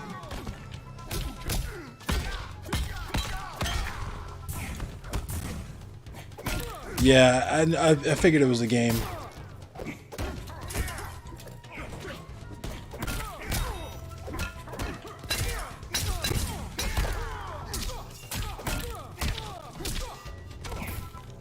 Finish him. Yeah, I might have to restart the KOTH because it was lagging the shit out of me.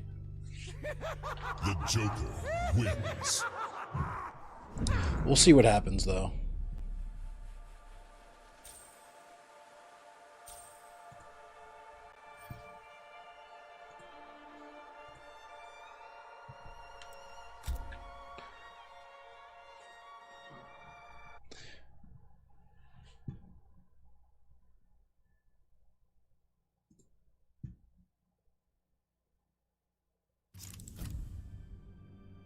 The Joker. Fujin. Yeah, both have good ping.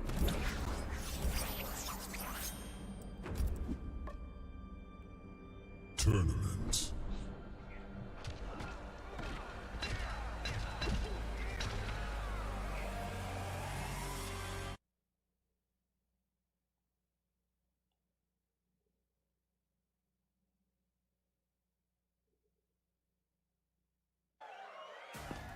Round 1.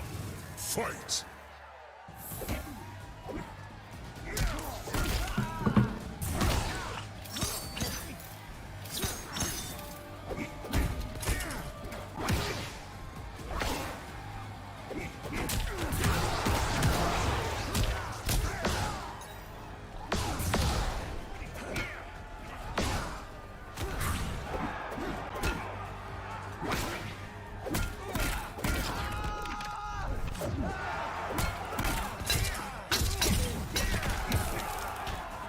Oh, the lag.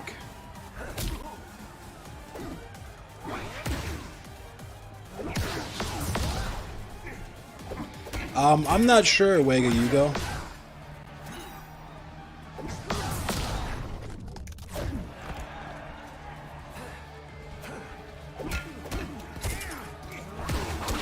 Ooh. That shit's so unsafe, Rick. Yeah, that shit's so unsafe, Rick. You gotta stop doing that raw like that. Round 2. Fight.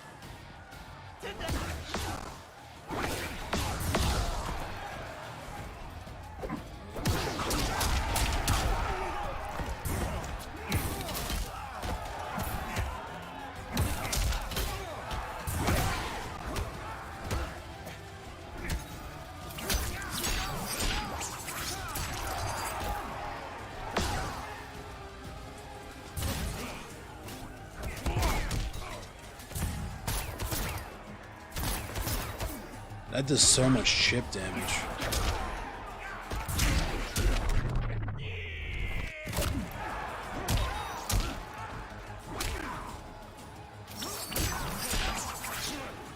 Yeah, I might restart the lobby because it seems a little laggy. Ooh.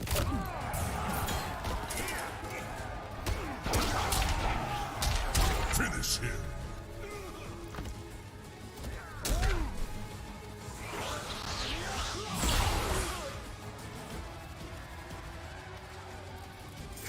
Fujin wins.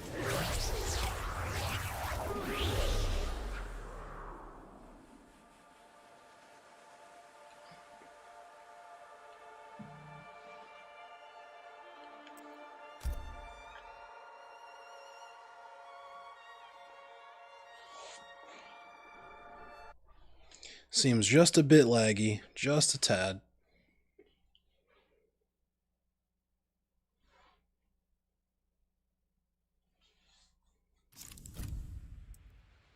Cabal.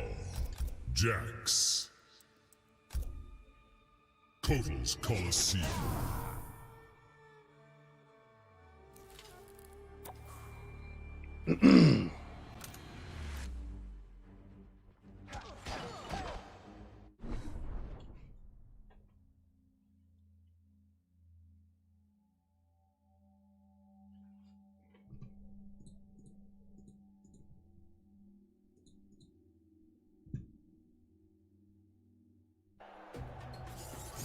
Round 1.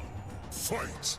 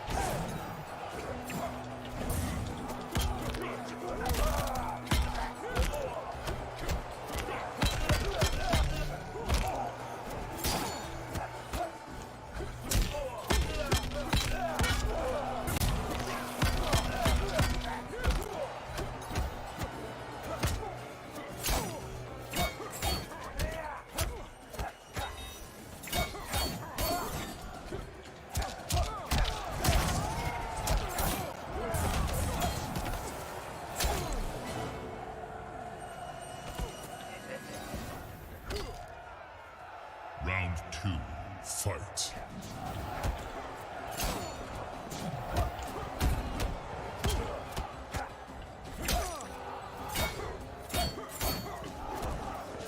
I tech that throw.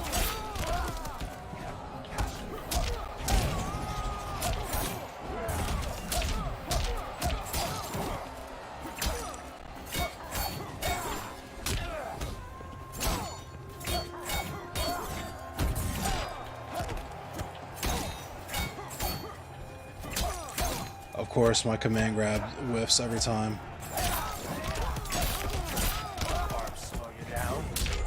Oh my god, dude. I fucking hate that up two so much. It has the stubbiest range in the entire game out of all the up twos. That game wasn't as laggy, so I think we might be good.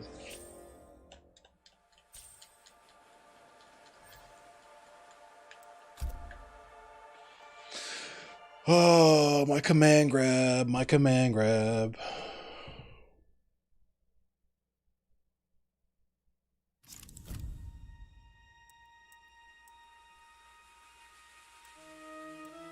Johnny Cage. Can I invite you again? Yeah. Oh, wait, it won't let me invite you. Damn.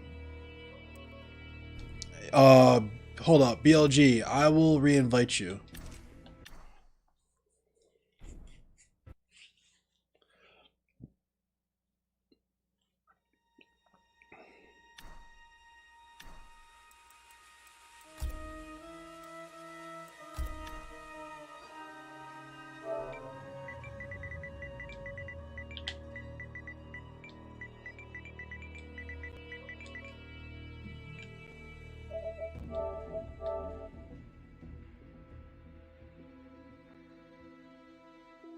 I'll invite you too, Fade.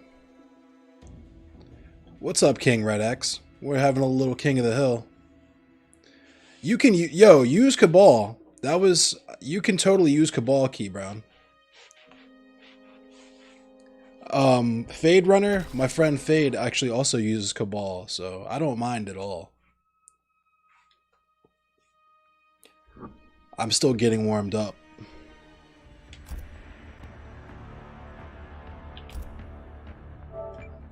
And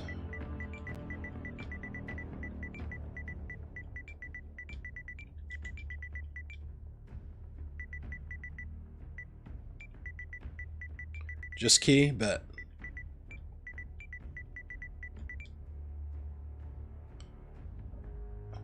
Three, 5, 8. I'm stupid. Join up. Join the King of the Hill. More the merrier.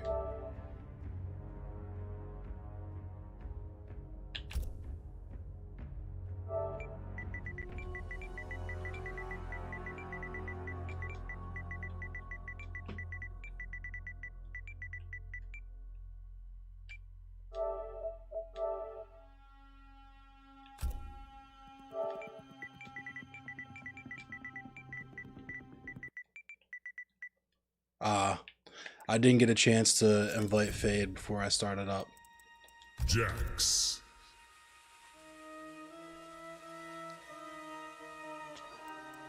I'll invite you after this match. Hopefully other people join, so it'll actually let me invite you. I might lose on purpose so I can invite you. We'll see how this match goes. Retro Kid.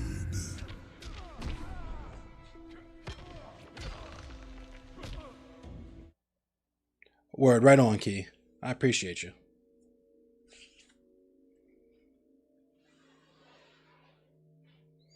His PSN ID is the same as his Twitch chat name. It's just Fade Runner 20XX. You know I'm live streaming this. You have what, 5 followers? Whole world will watch me kick your ass. You can't play with the people on the 4 if you're on the 5? That's so goofy.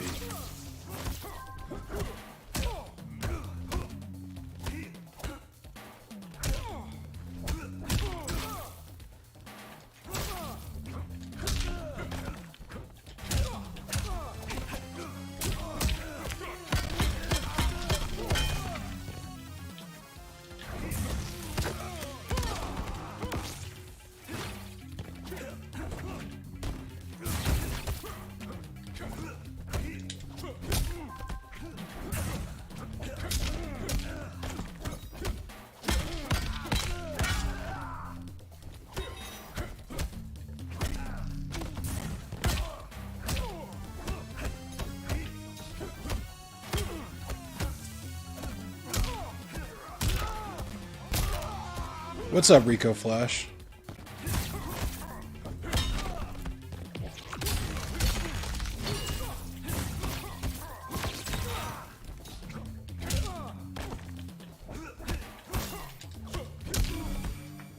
It's been a long day.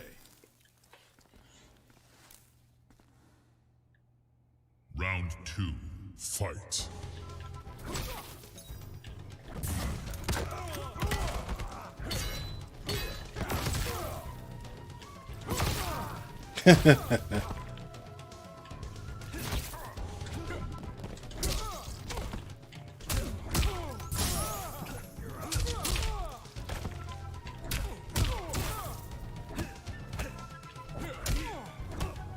That's a high? I thought that was a mid.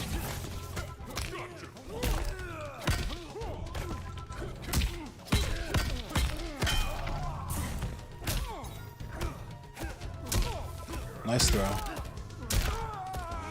Oh, snap. I can't believe that hit me out of the air like that. Not my contract. Final round, fight. You'll get shelled.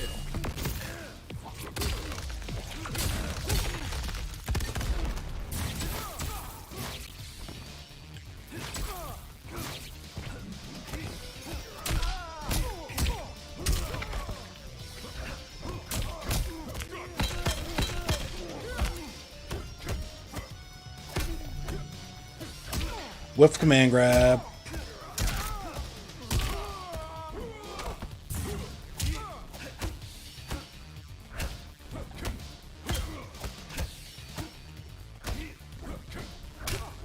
Oh, I can't believe that missed.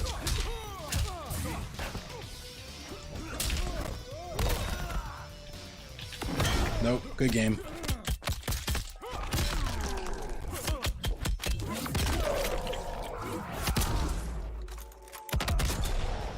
Finish him.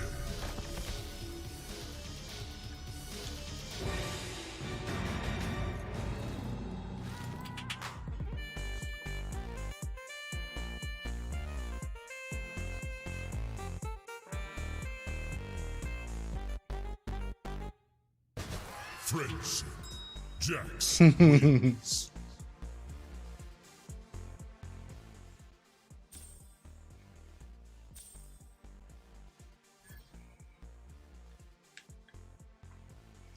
Damn, no respect.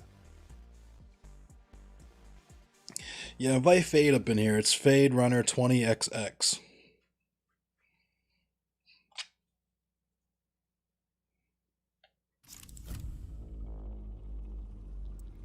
How am I not getting copyright for MK music? I mean, I do, but I usually fight the strikes by just telling them it's literally coming from the game that I'm playing, and they usually release it.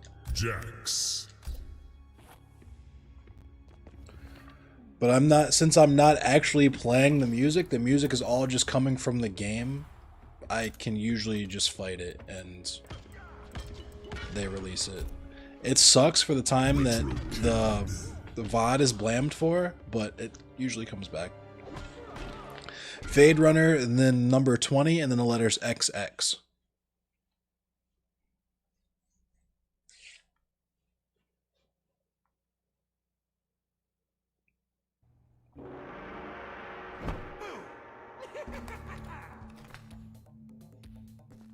Uh-oh. Here comes the lag. Pick quickly, Sonia or your little girl. Yeah, I think you're lagging a little bit too, Ricky Rick, now that... Oh, this joke's gonna kill. Round 1. We'll see, though. I think you should be good. Oh my god.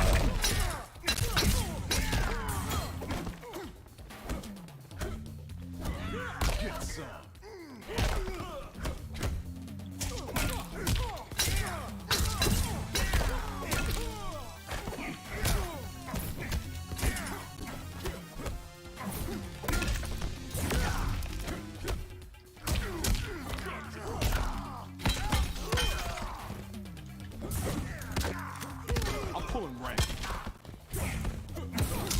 Oh.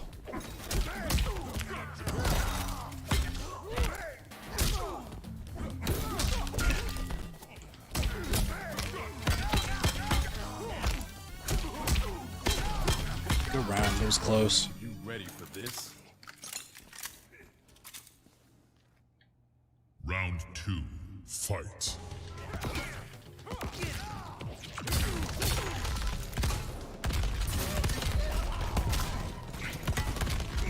Oh, how did that not hit you?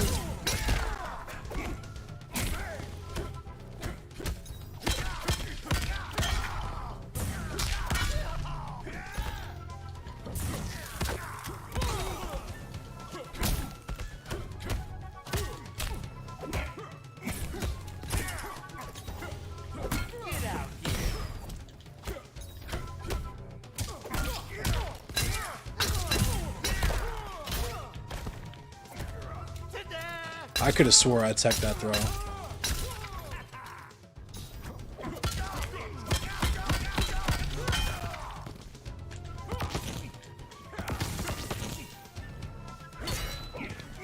Finish him.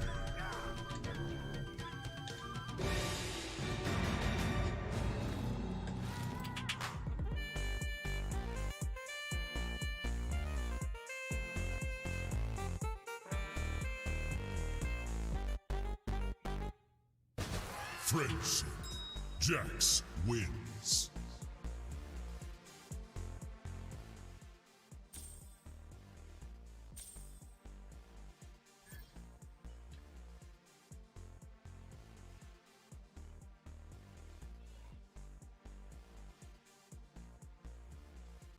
We're all friends here.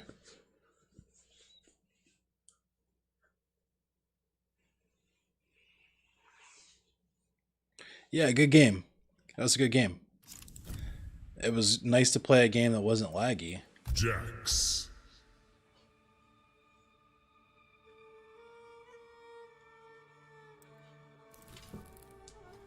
Kato.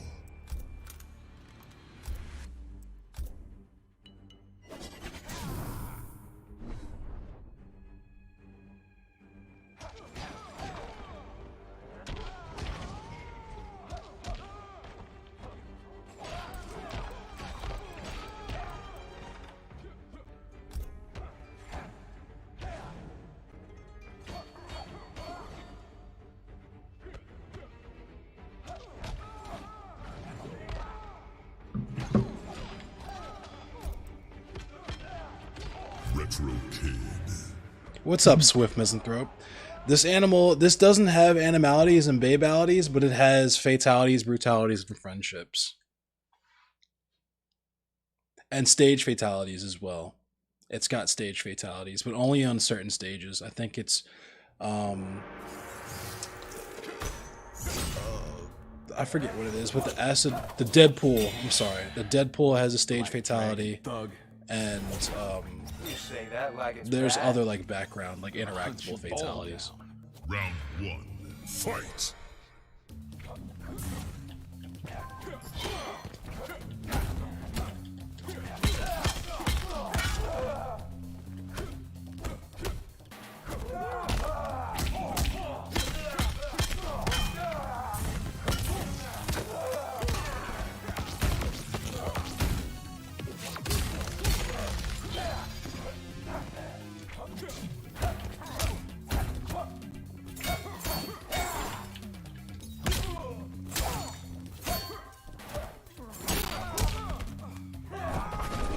Cut to pieces.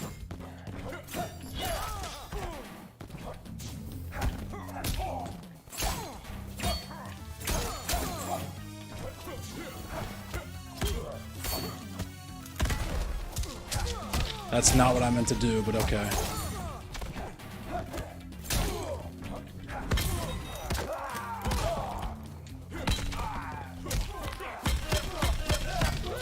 Good round. You ready for this? Round 2. Fight.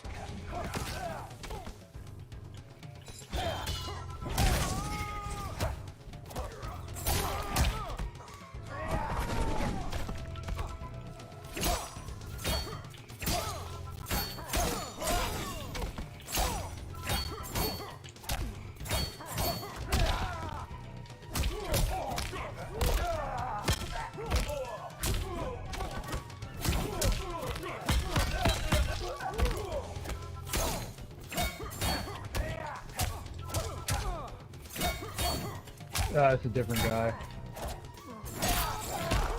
My command grab whiffed yet again.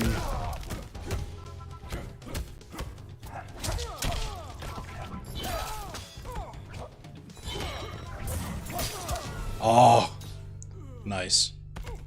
Did I cut you? Yeah, the MK, yeah, the voice actor for Cabal. I think there's rumors that they're trying to use those character models or those actors.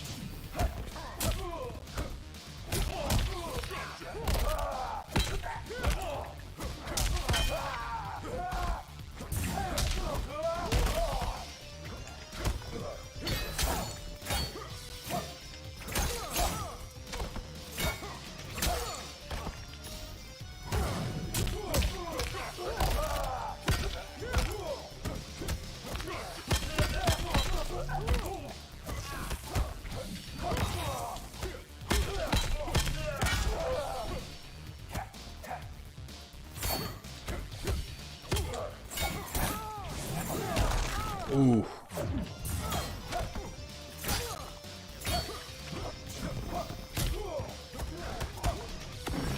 Ah! I can't believe I fell for that.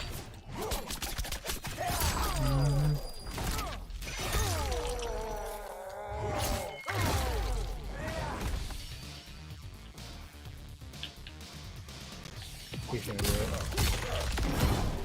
it. Yeah, I knew it. I knew it. The guy was waiting for it. Finish him. He was waiting for it. I thought he was going to throw something after the ground pound, though. Cabal wins. Good game. That was close. Cabals, he plays the little xylophone. Yeah, Cabal was busted in Mortal Kombat 3. I always use Human Smoke, just because if you want to play a Scorpion, you might as well just play as Human Smoke. Yeah, you were waiting for that key. But yeah, if you want to play as Scorpion, just play Human Smoke. He's basically Scorpion, but better in Mortal Kombat 3. I played as Jax, of course. But mainly I played as Noob Saibot and Ermac, and I just spam Ghost Ball and Telekinetic Slam. I would play as Kuai Liang Sub-Zero as well, and like spam Ice Shower. Ice Shower was good too. Drop your tag, King Red X, and I'll invite you. What's your tag? Your PSN ID. Round 1. Uh-oh, the Cabal mirror.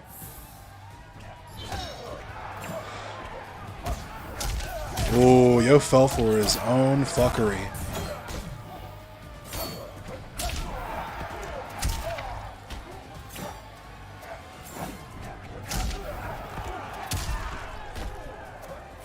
Ooh.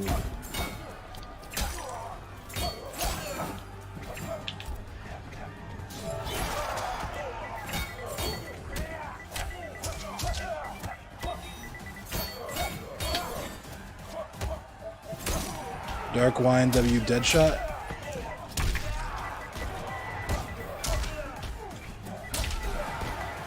That didn't come up. Round 2.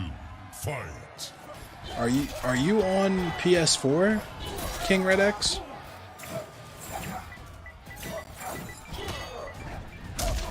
Damn, how does he keep beating me in the air with that?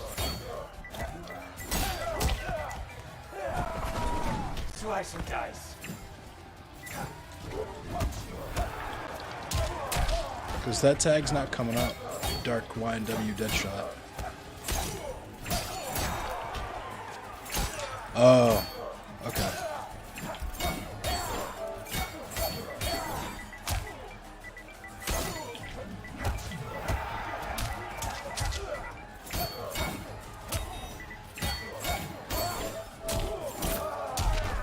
There you go.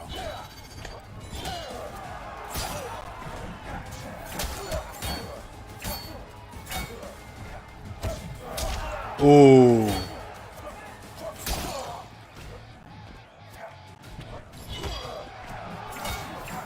Oh. The stagger game is so mean.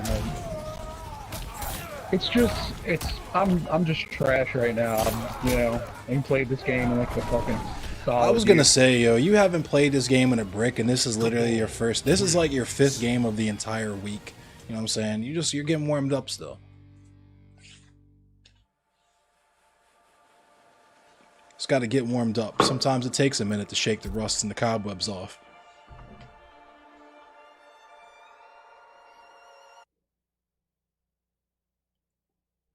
Can't expect to come back and run the sticks when you ain't played the shit in a minute.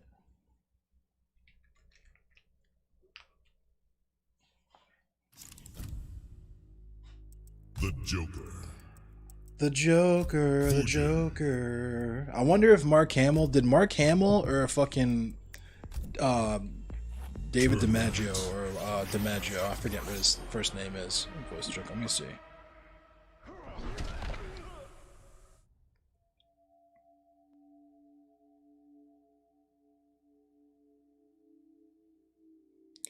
Richard Epcar.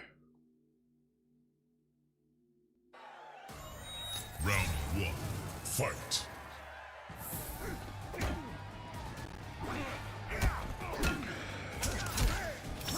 Yeah, he voiced Boba.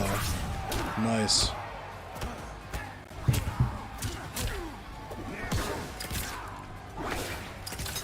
You've been playing Cold War most of the day? Word. I've been thinking about playing Warzone again. I'm too addicted to Hunt Showdown though. That's been scratching my first-person shooter itch lately.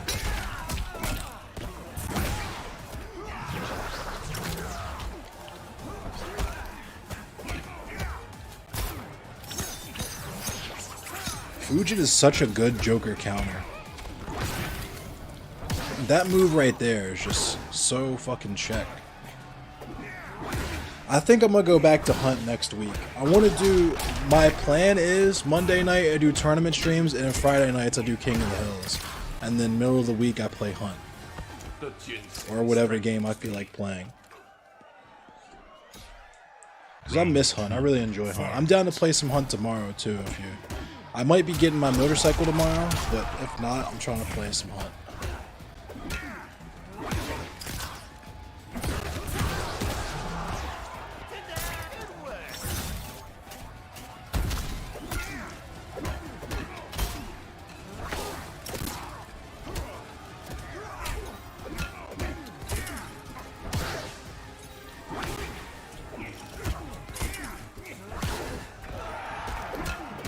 I want a 3D printer too. How did that go over his head while he was standing? I'm sick.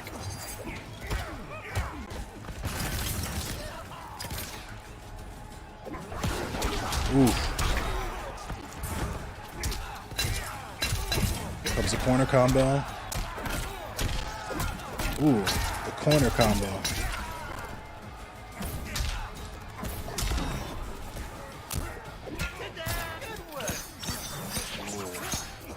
It's a close one. Oh no! It's never worth it to go for a grab that close to the end of the match. Oh my goodness, that was so close. Fuji wins.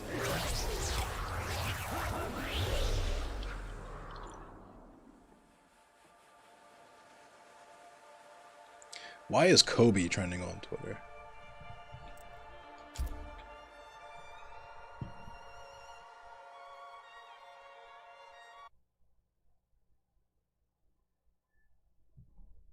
Ah, Basketball Hall of Fame 2020 enshrinement ceremony.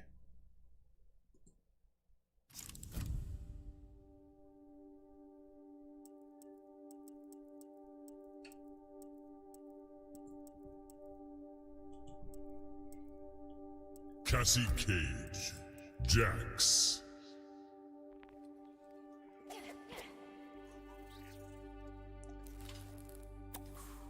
Oh yeah, Fujin. Fujin. He's very. Some of his, like the chip on that needle and shit. Some of his moves seem unfair, but you're right. He's definitely not broke. He's just very skill based, and you have to have very deep knowledge of Fujin to be able to counter him effectively.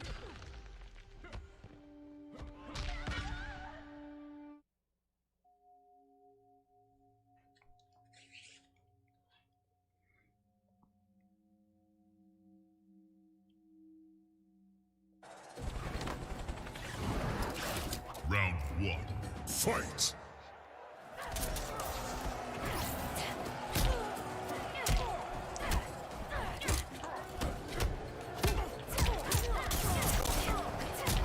I tried to down one spam after that.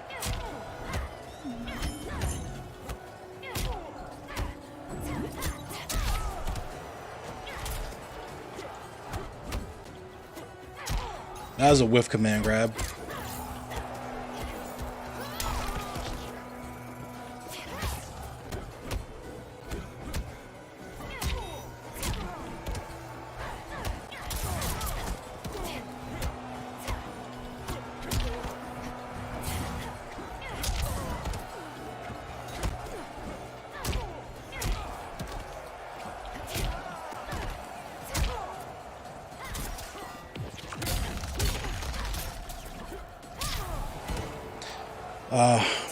I need a new controller.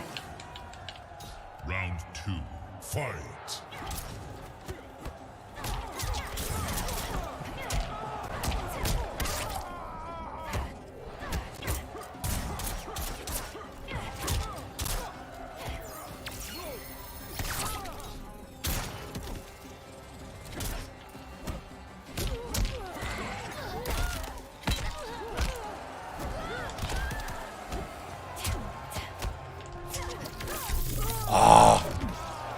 Caught me pressing buttons.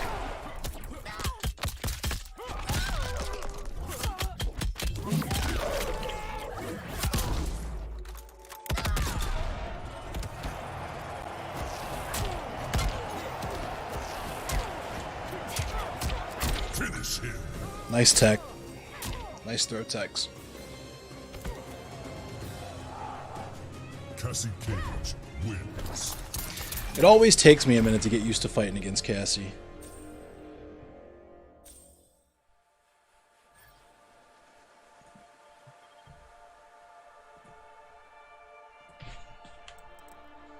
Damn, I forgot to give you your respect. You're gonna random the whole king? Damn, we got a savage in here. The absolute mad lad.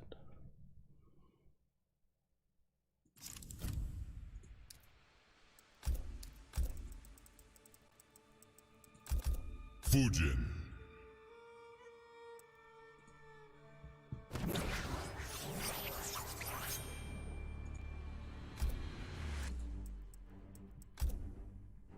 Tournament.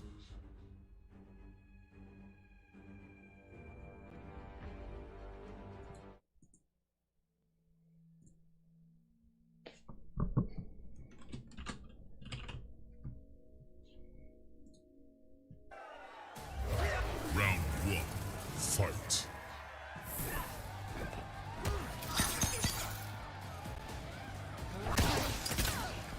Damn, New Jack died? New Jack died. What the fuck? New Jack died of a heart attack.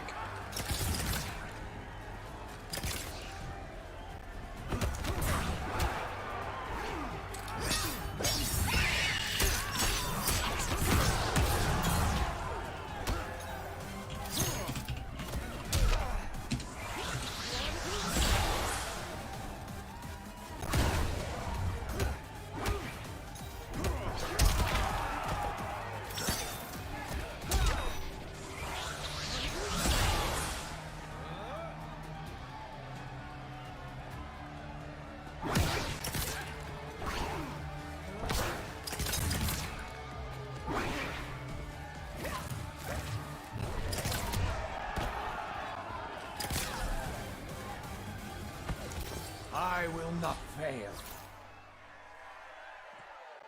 Round 2. Fight.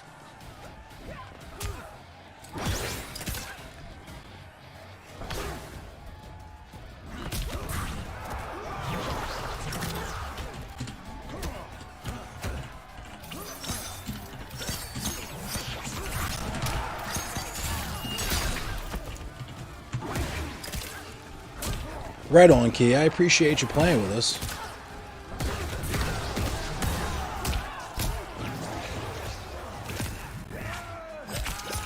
The grab.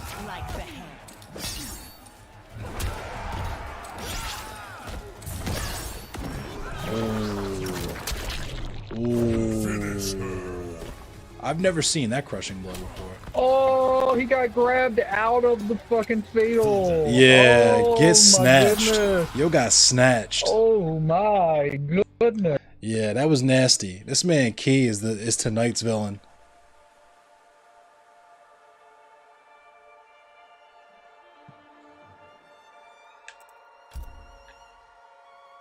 It's all good, King Red X. We're all just in here having fun.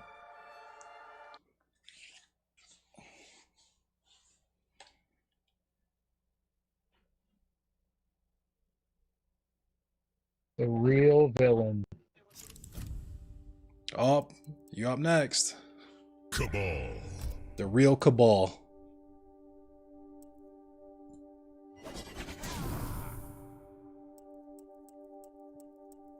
Kitana.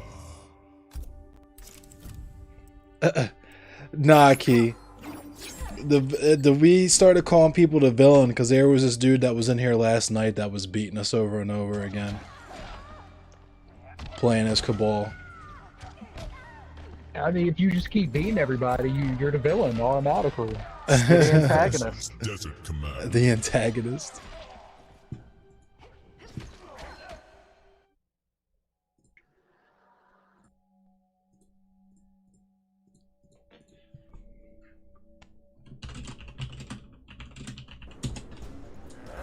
Round 1. Fight. Shiva, yeah, they nerfed Shiva too, pretty bad.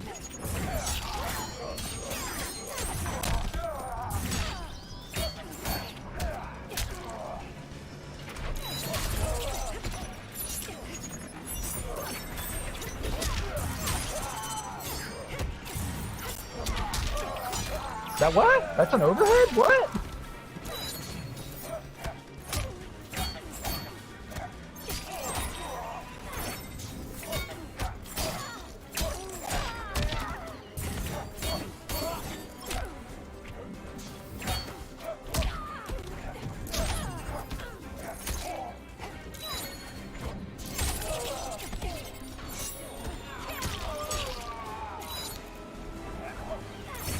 Oh, that was a huge fail on the fucking Nomad Dash. Jesus Christ. You would have got hit by the fans anyway.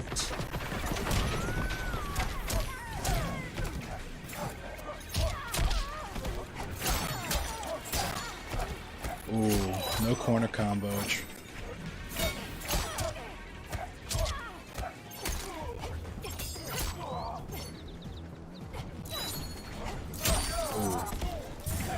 Oh, whiffed wake up. I knew that was coming.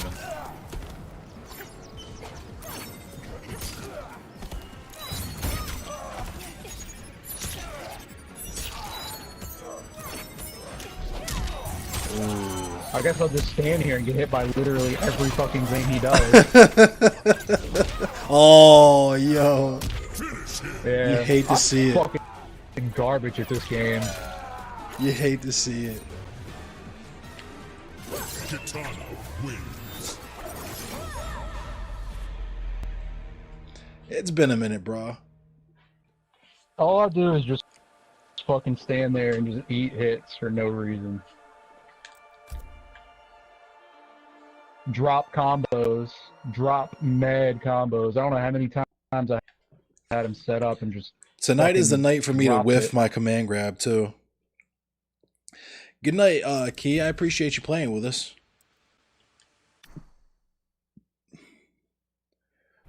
Now it's just how many people in here now? 4? Me, you, Ricky's in here, and King Red X is in here as well, I think. Yeah. Hold on, I'm gonna back out. I gotta set up.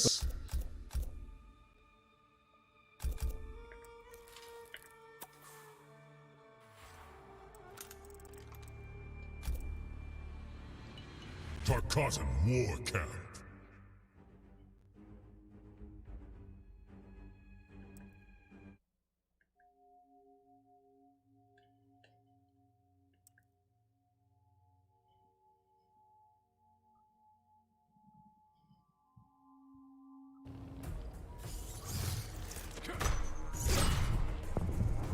Oh, Kotal Khan.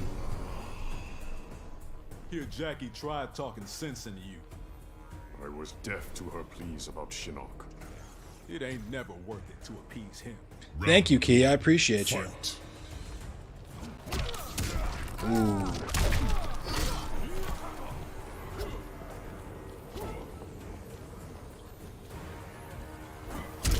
Oh my god.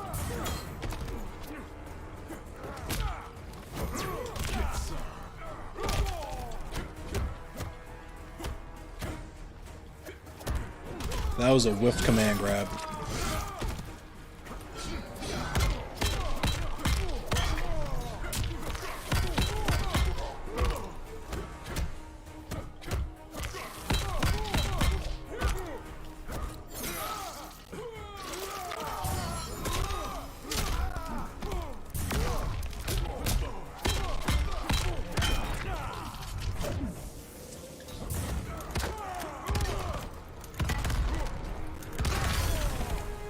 Want fries with that?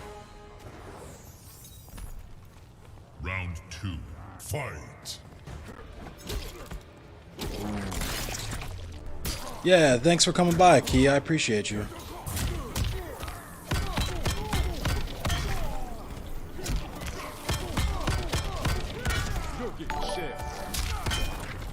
Hey, thank you for the stars, brother. I appreciate you. You want to invite back? Alright, I got you, Fade.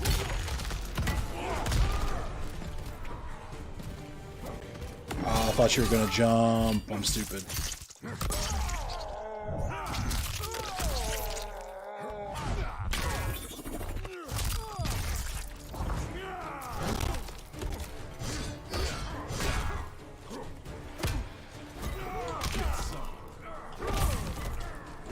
Finish him.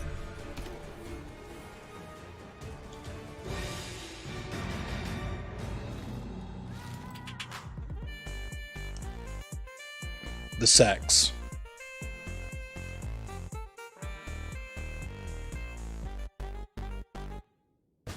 Friendship. Jax wins.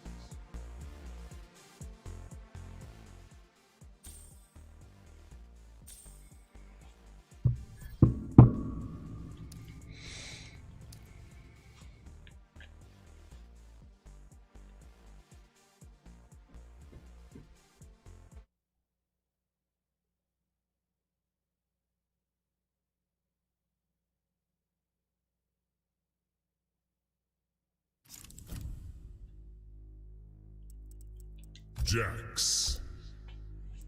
The Joker. The Joker.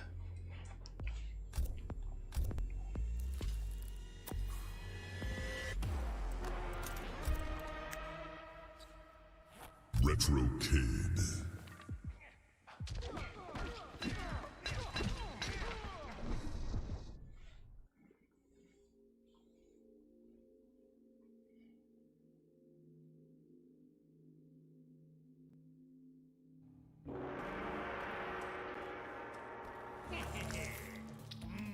Round 1. Fight!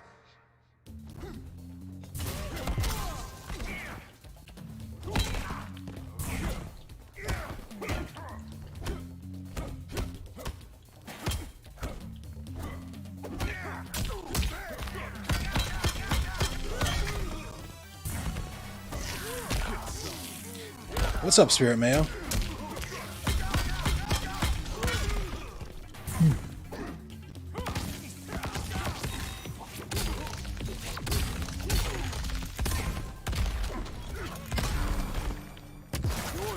I'll pull the blammer out. Pull out that blammer. Round 2. Fight!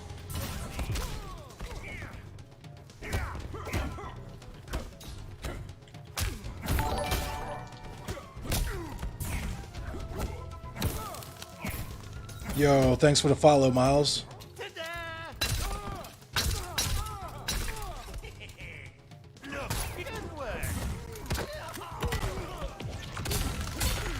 Hey, thank you for the follow. Bink, bink, bink, bink. Oh.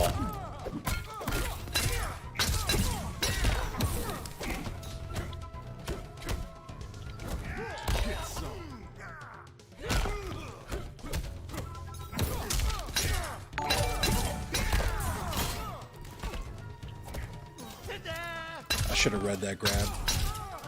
Thank you for the like as well. I appreciate you. Final round. Fight! You're getting shit.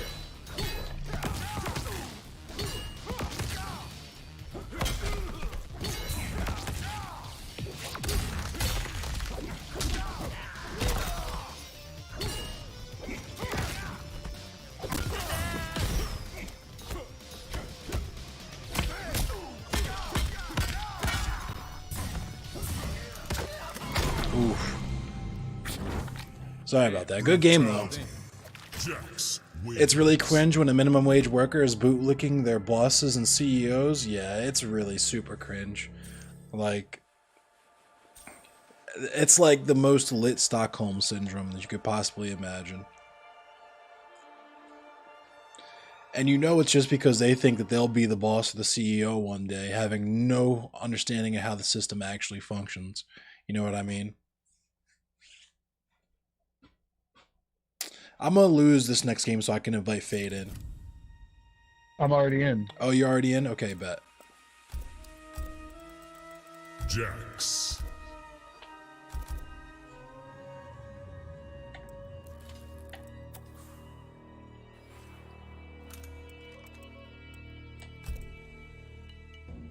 The Hourglass.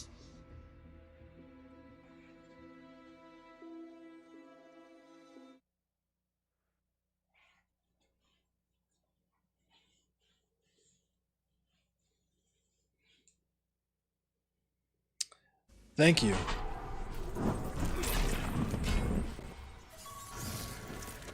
It's an old AC/DC shirt, Anti-Cop Dorner crew. She want me to fight Shao Kahn. Uh-oh, do Shao Kahn. Shin Shao Kahn. Fight.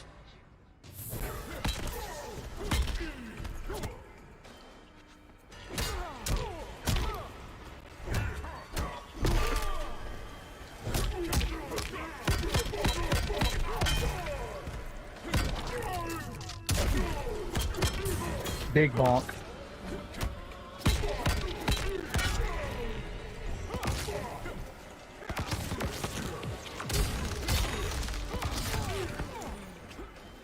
I forgot he could do that.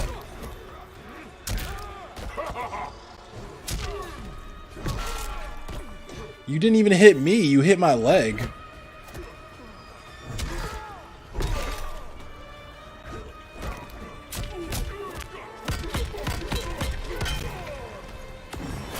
Oh my god.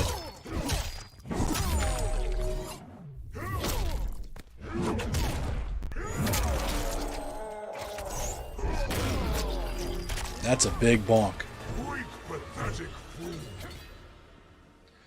That is a big bonk.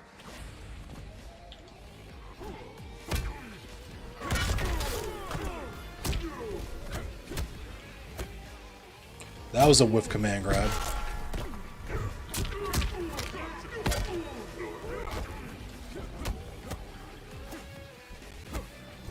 That was a whiff command grab.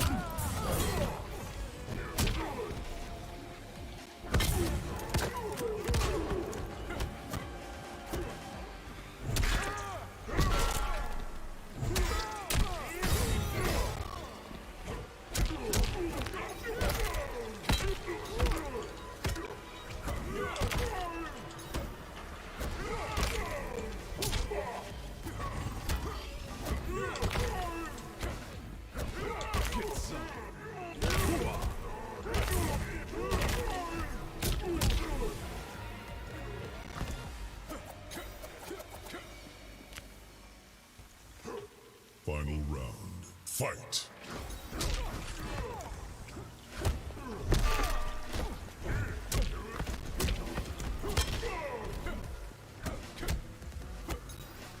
That was a whiff command grab.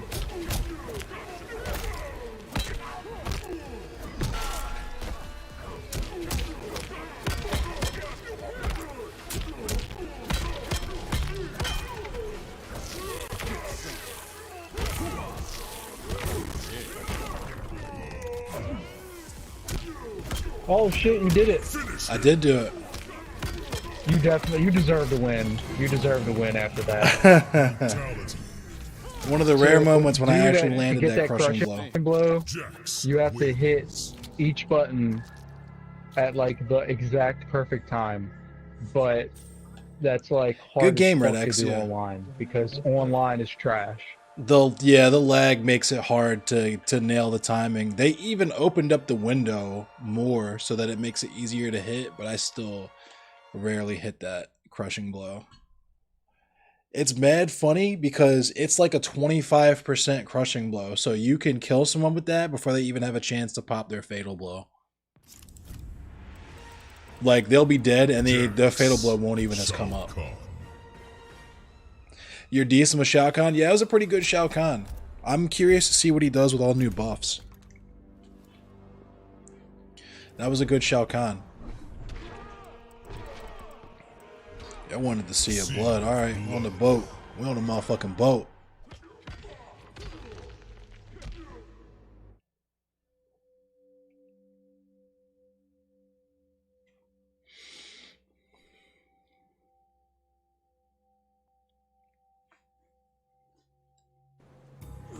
Round one.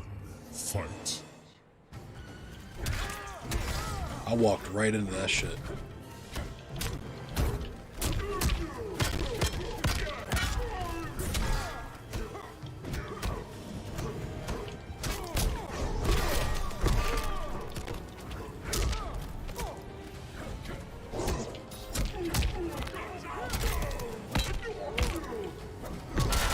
Oh, yo, ducked it.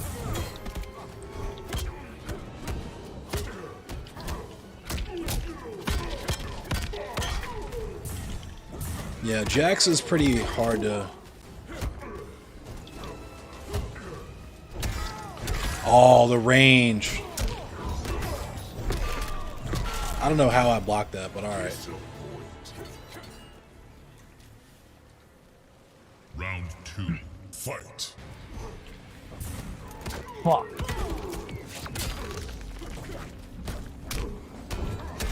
That's not what I meant to do, but okay. Bink, bink, bink. Oh. You really hope Russia becomes socialist again?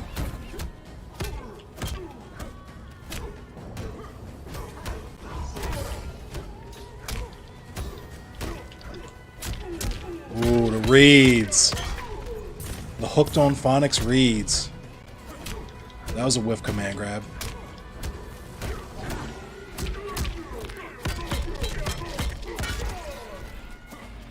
Oh, what?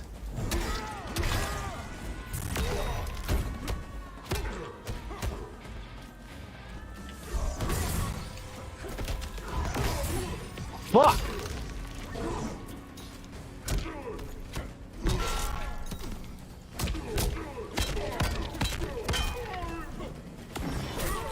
Yo! That was wild. I should have known that was coming. Good game. I'm the only person that mains Jax. Yeah, not too many people main Jax. His comeback potential is insane, but honestly, Liu Kang does everything that Jax does, but better. So, it's almost like... Yo, Donnie Rocket, thanks for the follow. It's almost like how in like MK3, if you want to play Scorpion, you should probably just play Human Smoke. Like in this game, if you want to play Jax, you probably just play Liu Kang. Like, Liu Kang has a command grab, he has more hits in his combos, so you can stagger people more. It's a little bit more pushback, he's got more fireballs. Liu Kang is just all around better, more complete character. I shouldn't say he's a better character. He's a more complete character. He doesn't have the same comeback potential that Jax does, though.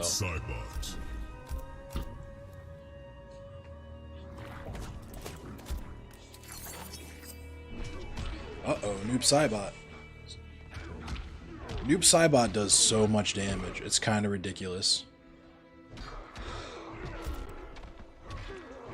Retro Kid.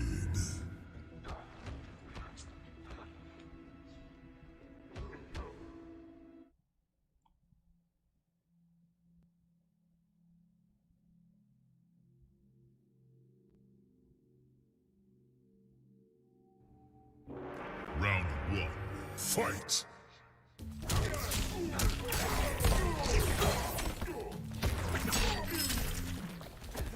Ooh.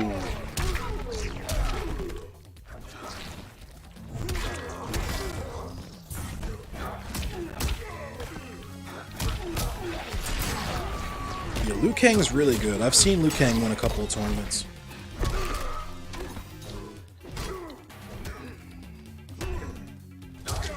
Come on.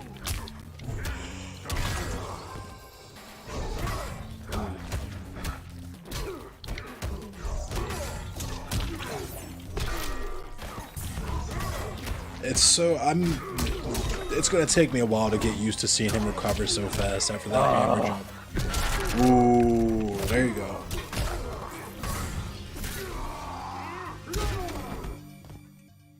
Disappointing.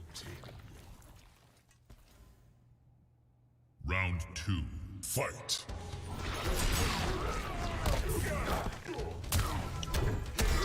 Ooh.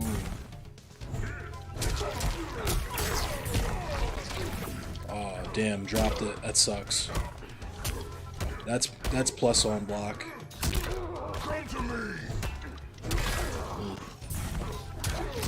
You mainly see Sub, Noob, Jade, Shiva, and Kung Lao. Yeah, Kung Lao is actually Jax's worst possible matchup.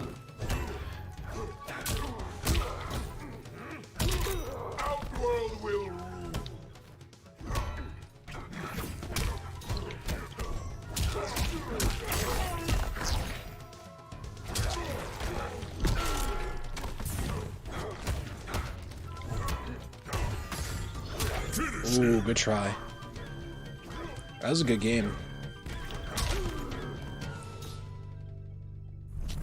Shao Kahn wins.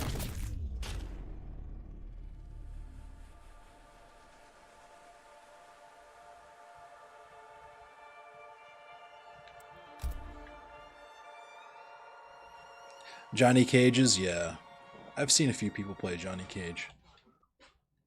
Johnny Cage has really, really nice backdash.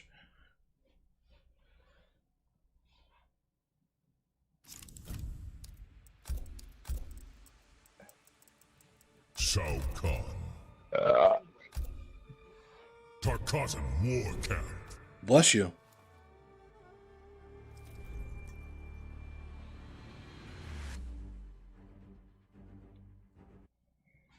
Who's online I can raid after the stream? Let me see. Slayer's probably on. Is Slayer live? Yeah, it's almost 1. Round 1. Fight.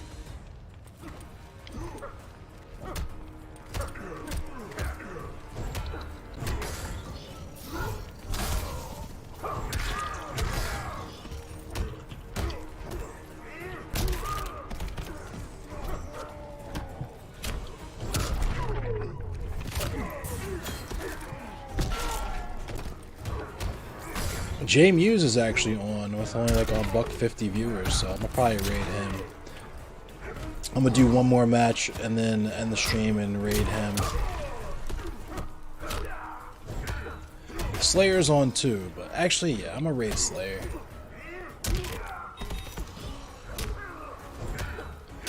I want to raid somebody who's already famous and shit. I'm gonna raid Slayer. How long has he been streaming for? He's been streaming for about as long as I have. Round 2. Fight.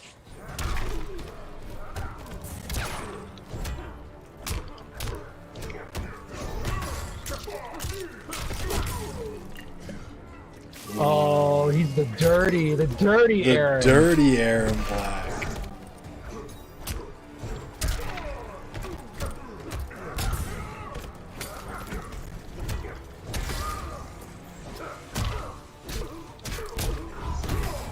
Ooh, the flawless. That combo, bro. That shit is...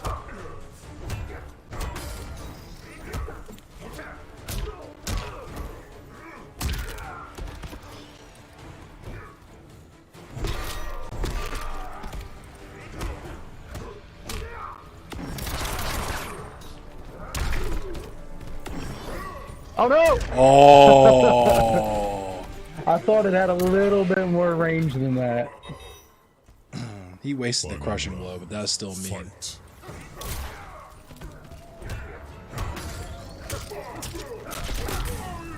I'm surprised he was able to hit me there. Damn, he got me there too. The extra damage from the puddle. Ooh. Fuck. Yeah, down 1 isn't as strong.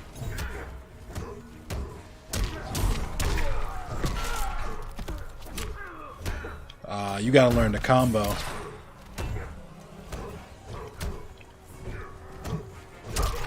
Fuck, dude, I'm just dropping everything. Damn. I was trying to ground shatter off that 1-2 and it didn't fucking work twice. That sucks. Is the ground shatter a restand in the corner? Yeah.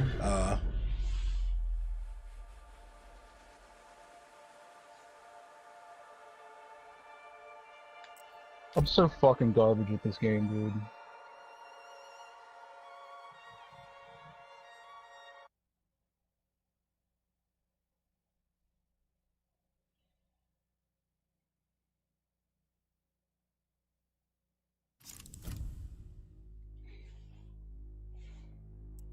Jax. It's all good. A W's a W, King Red X. Yo, thank you for the like, Cody.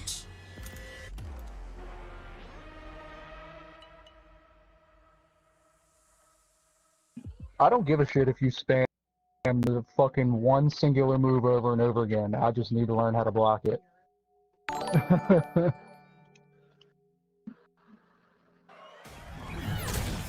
can fucking sit on the Thanks other for the side follow, of the map Cody. and just fucking spam bullets at me for all I care. I just Don't need to have learn time how to for block lecture. shit like that. Yeah. Listen up, Uh-oh, the Jackie.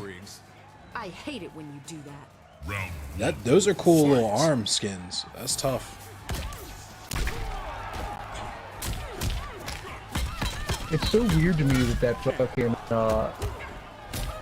That's plus on block. that diving kick Aaron Black does is an overhead. That shit doesn't even make sense to me. Yeah, it doesn't make sense. Oh.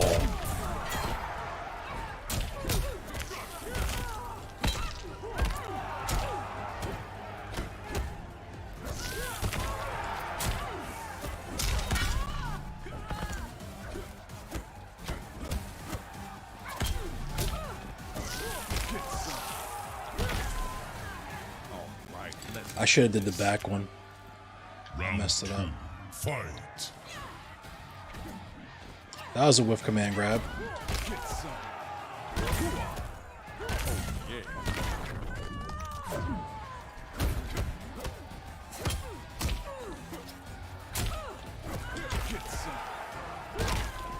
Bro.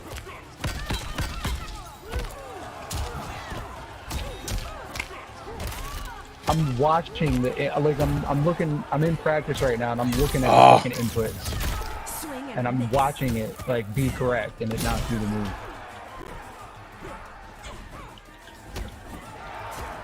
How do I keep missing that shit? Going down.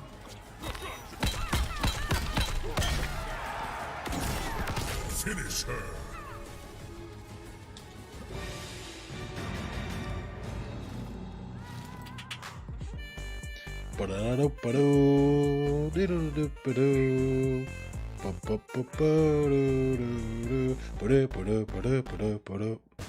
Friendship. Jax wins. Sax wins. Good game, Red X. That was close.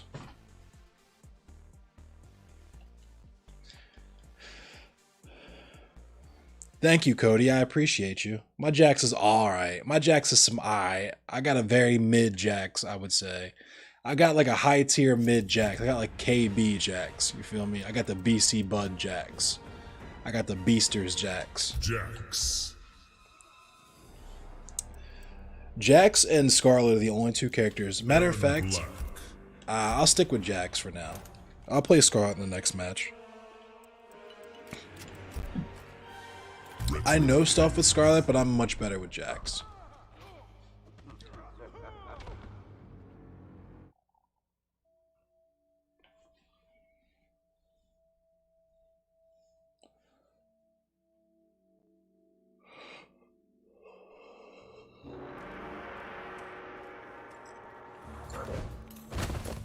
Round 1. Fight.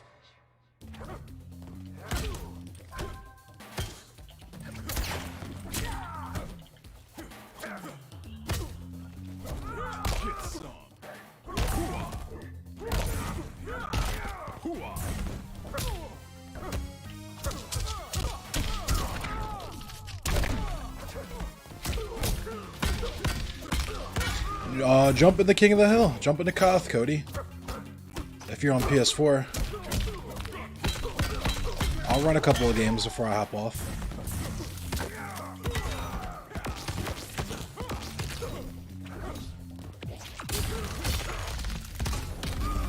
Oof. Round 2. Fight.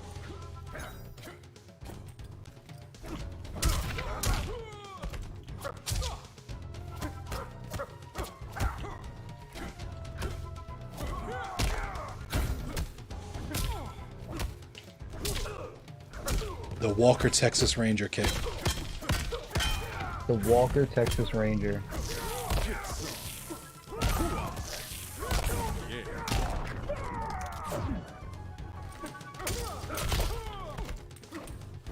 Hey, my man's getting better with it.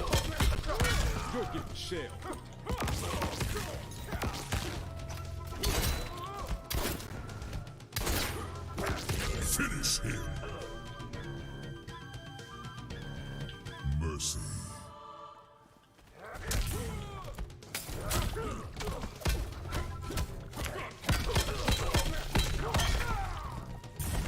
Finish him.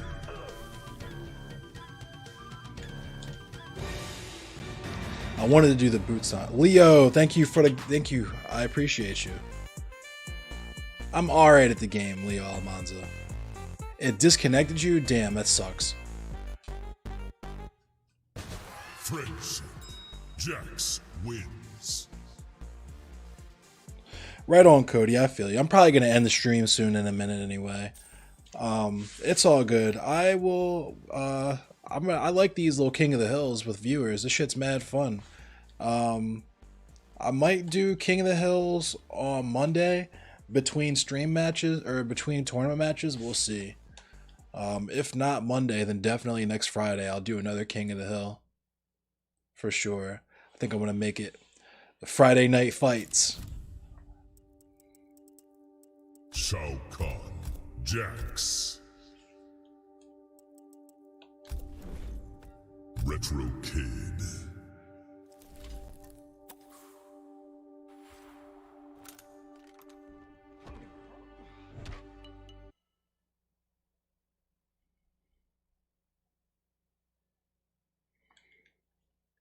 You're joining back? Cool. Yeah, I'm going to do like 2 more matches and then probably call it a night. Thank you, Leo. I appreciate you. You hit the Shao Kahn.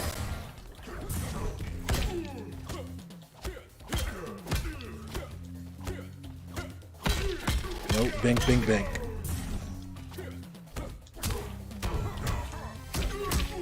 Oops. Wrong move.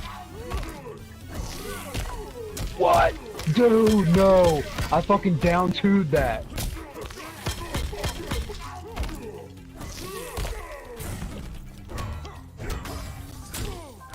Oh, that's negative?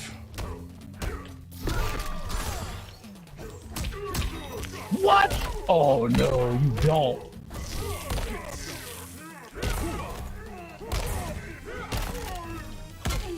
Ooh, the Bro, pinky bangs. how are you quad grabbing me when I'm down 2 in that shit? I down 2'd that twice and you still grab me. Fight. Oh, the range.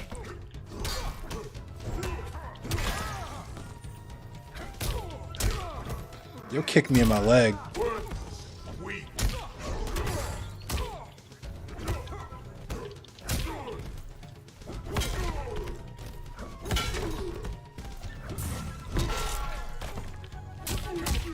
What?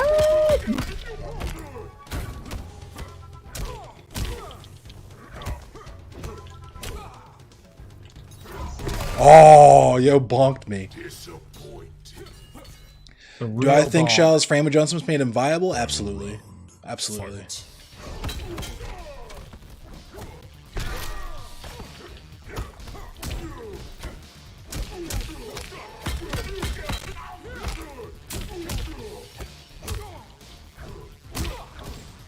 Oh, that fucking low.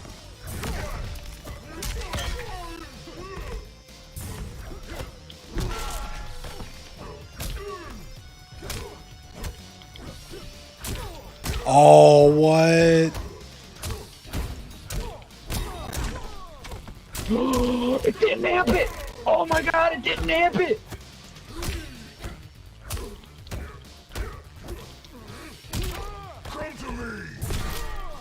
That's what I get for trying to up 2. I should have up 3'd. What's up, MGBR? How do you get into these types of games the early stages? Honestly, just hit the practice mode by yourself and play against the computer for a little bit, and then go to casual matches. The cool thing about MK11 is that this game is really accessible for like newer players. There's no touch of death combos really in this game. You always have a chance, more or less, especially with characters like Jax. Do I think Shiva Stomp delayed nerf helped any? Absolutely. Shao Kahn. It's still just as hard to avoid, so you still have to practice avoiding it. Like, I know how to avoid it with Jax a few different ways, but now when she misses, it's so much easier to actually punish her for that shit. She can't just spam you with it. So yeah, I don't have any of the DLC characters, so that's what makes it even harder to actually practice against these people. Thank you for the follow, MGBR.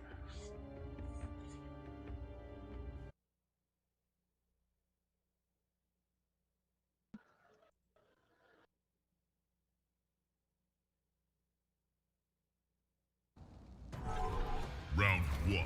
Fight. Uh-oh.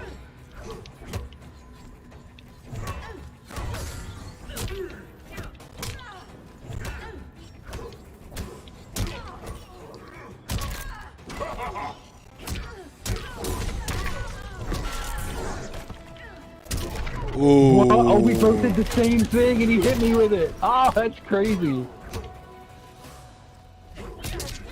Ooh, jumped right over that silly shit.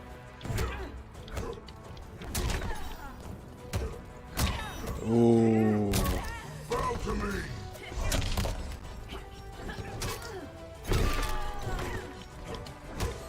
Oh no, Cody, it's cool now. Like, I pretty much have the timing down.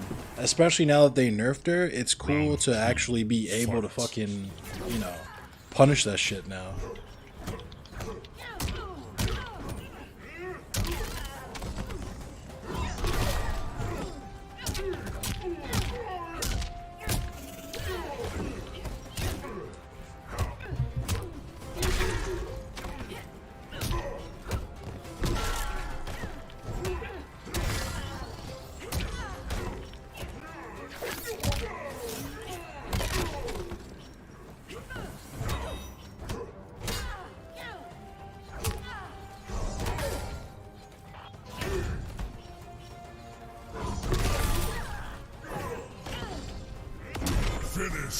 Damn!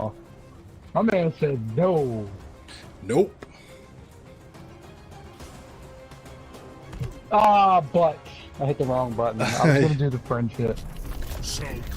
I forget what Shao Kahn's friendship is. I don't think I've ever seen it.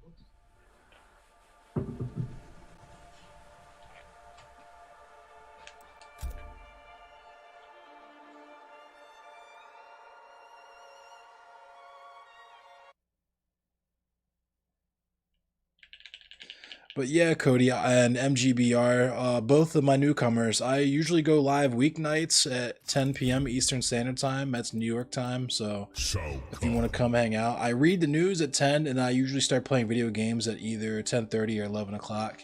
And I play Mortal Kombat, I play Hunt Showdown, play a few different games. It's all good, King Red X. Oh, I'm playing now, okay. I'm up. Jax. Duff City. This is actually probably going to be my last one, and then I'm Special Forces. I'm a Raid Slayer. But we can keep the KOTH going if you guys want for a couple more games.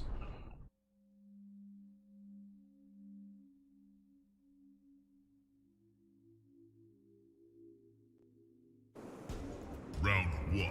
Fight.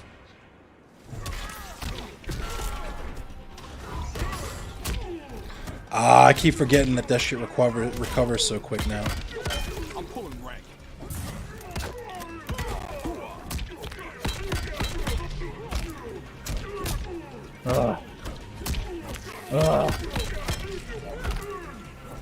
Oh, yo guessed right. Bitch, you guessed it. Oh.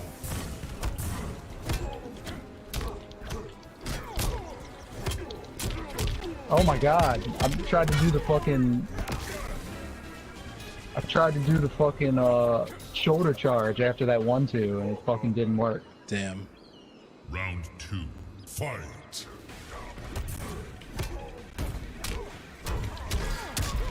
Damn.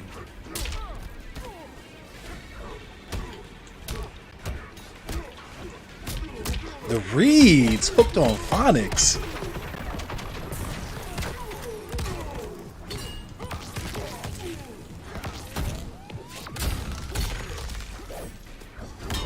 Ooh, riot rips. What?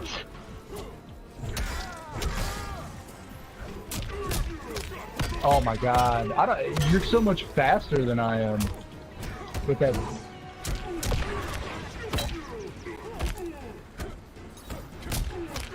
Oh my god. Brutality.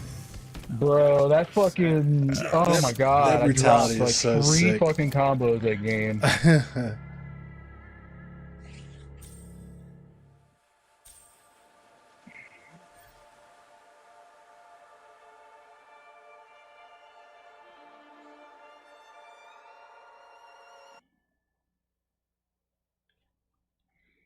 I love that brutality.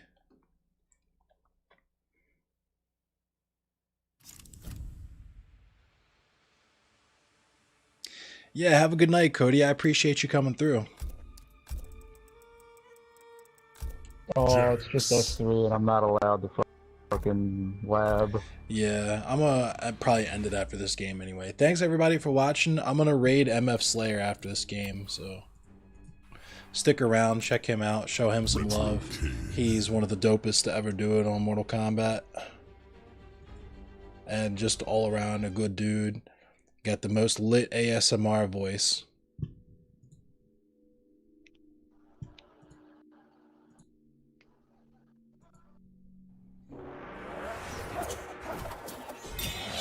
I'll finish up this match, then we can check out MF Slayer. See what the homie's up to. Thing a rest. Gonna beat you until the white meat shows. What did I just say? Round 1. Fight.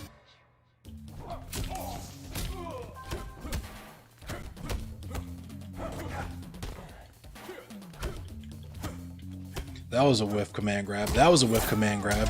All these whiff command grabs.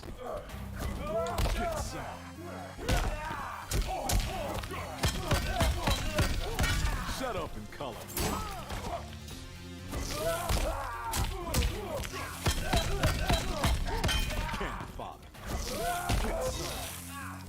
See? He tried to down two right there, and you grabbed him.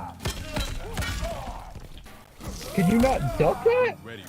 You can duck it. You have to neutral duck it, though. Yeah, but if, like, the down two should be the counter.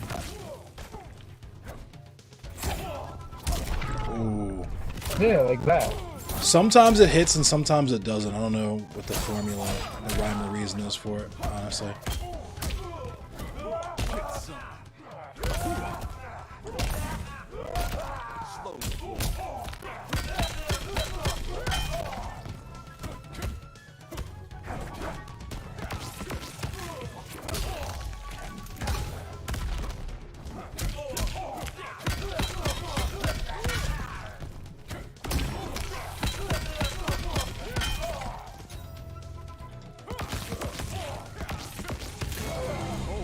Hey. Uh-oh. That's how I wanted to end it. Alright, y'all. Thanks for checking me out. We're gonna raid our homie MF Slayer now.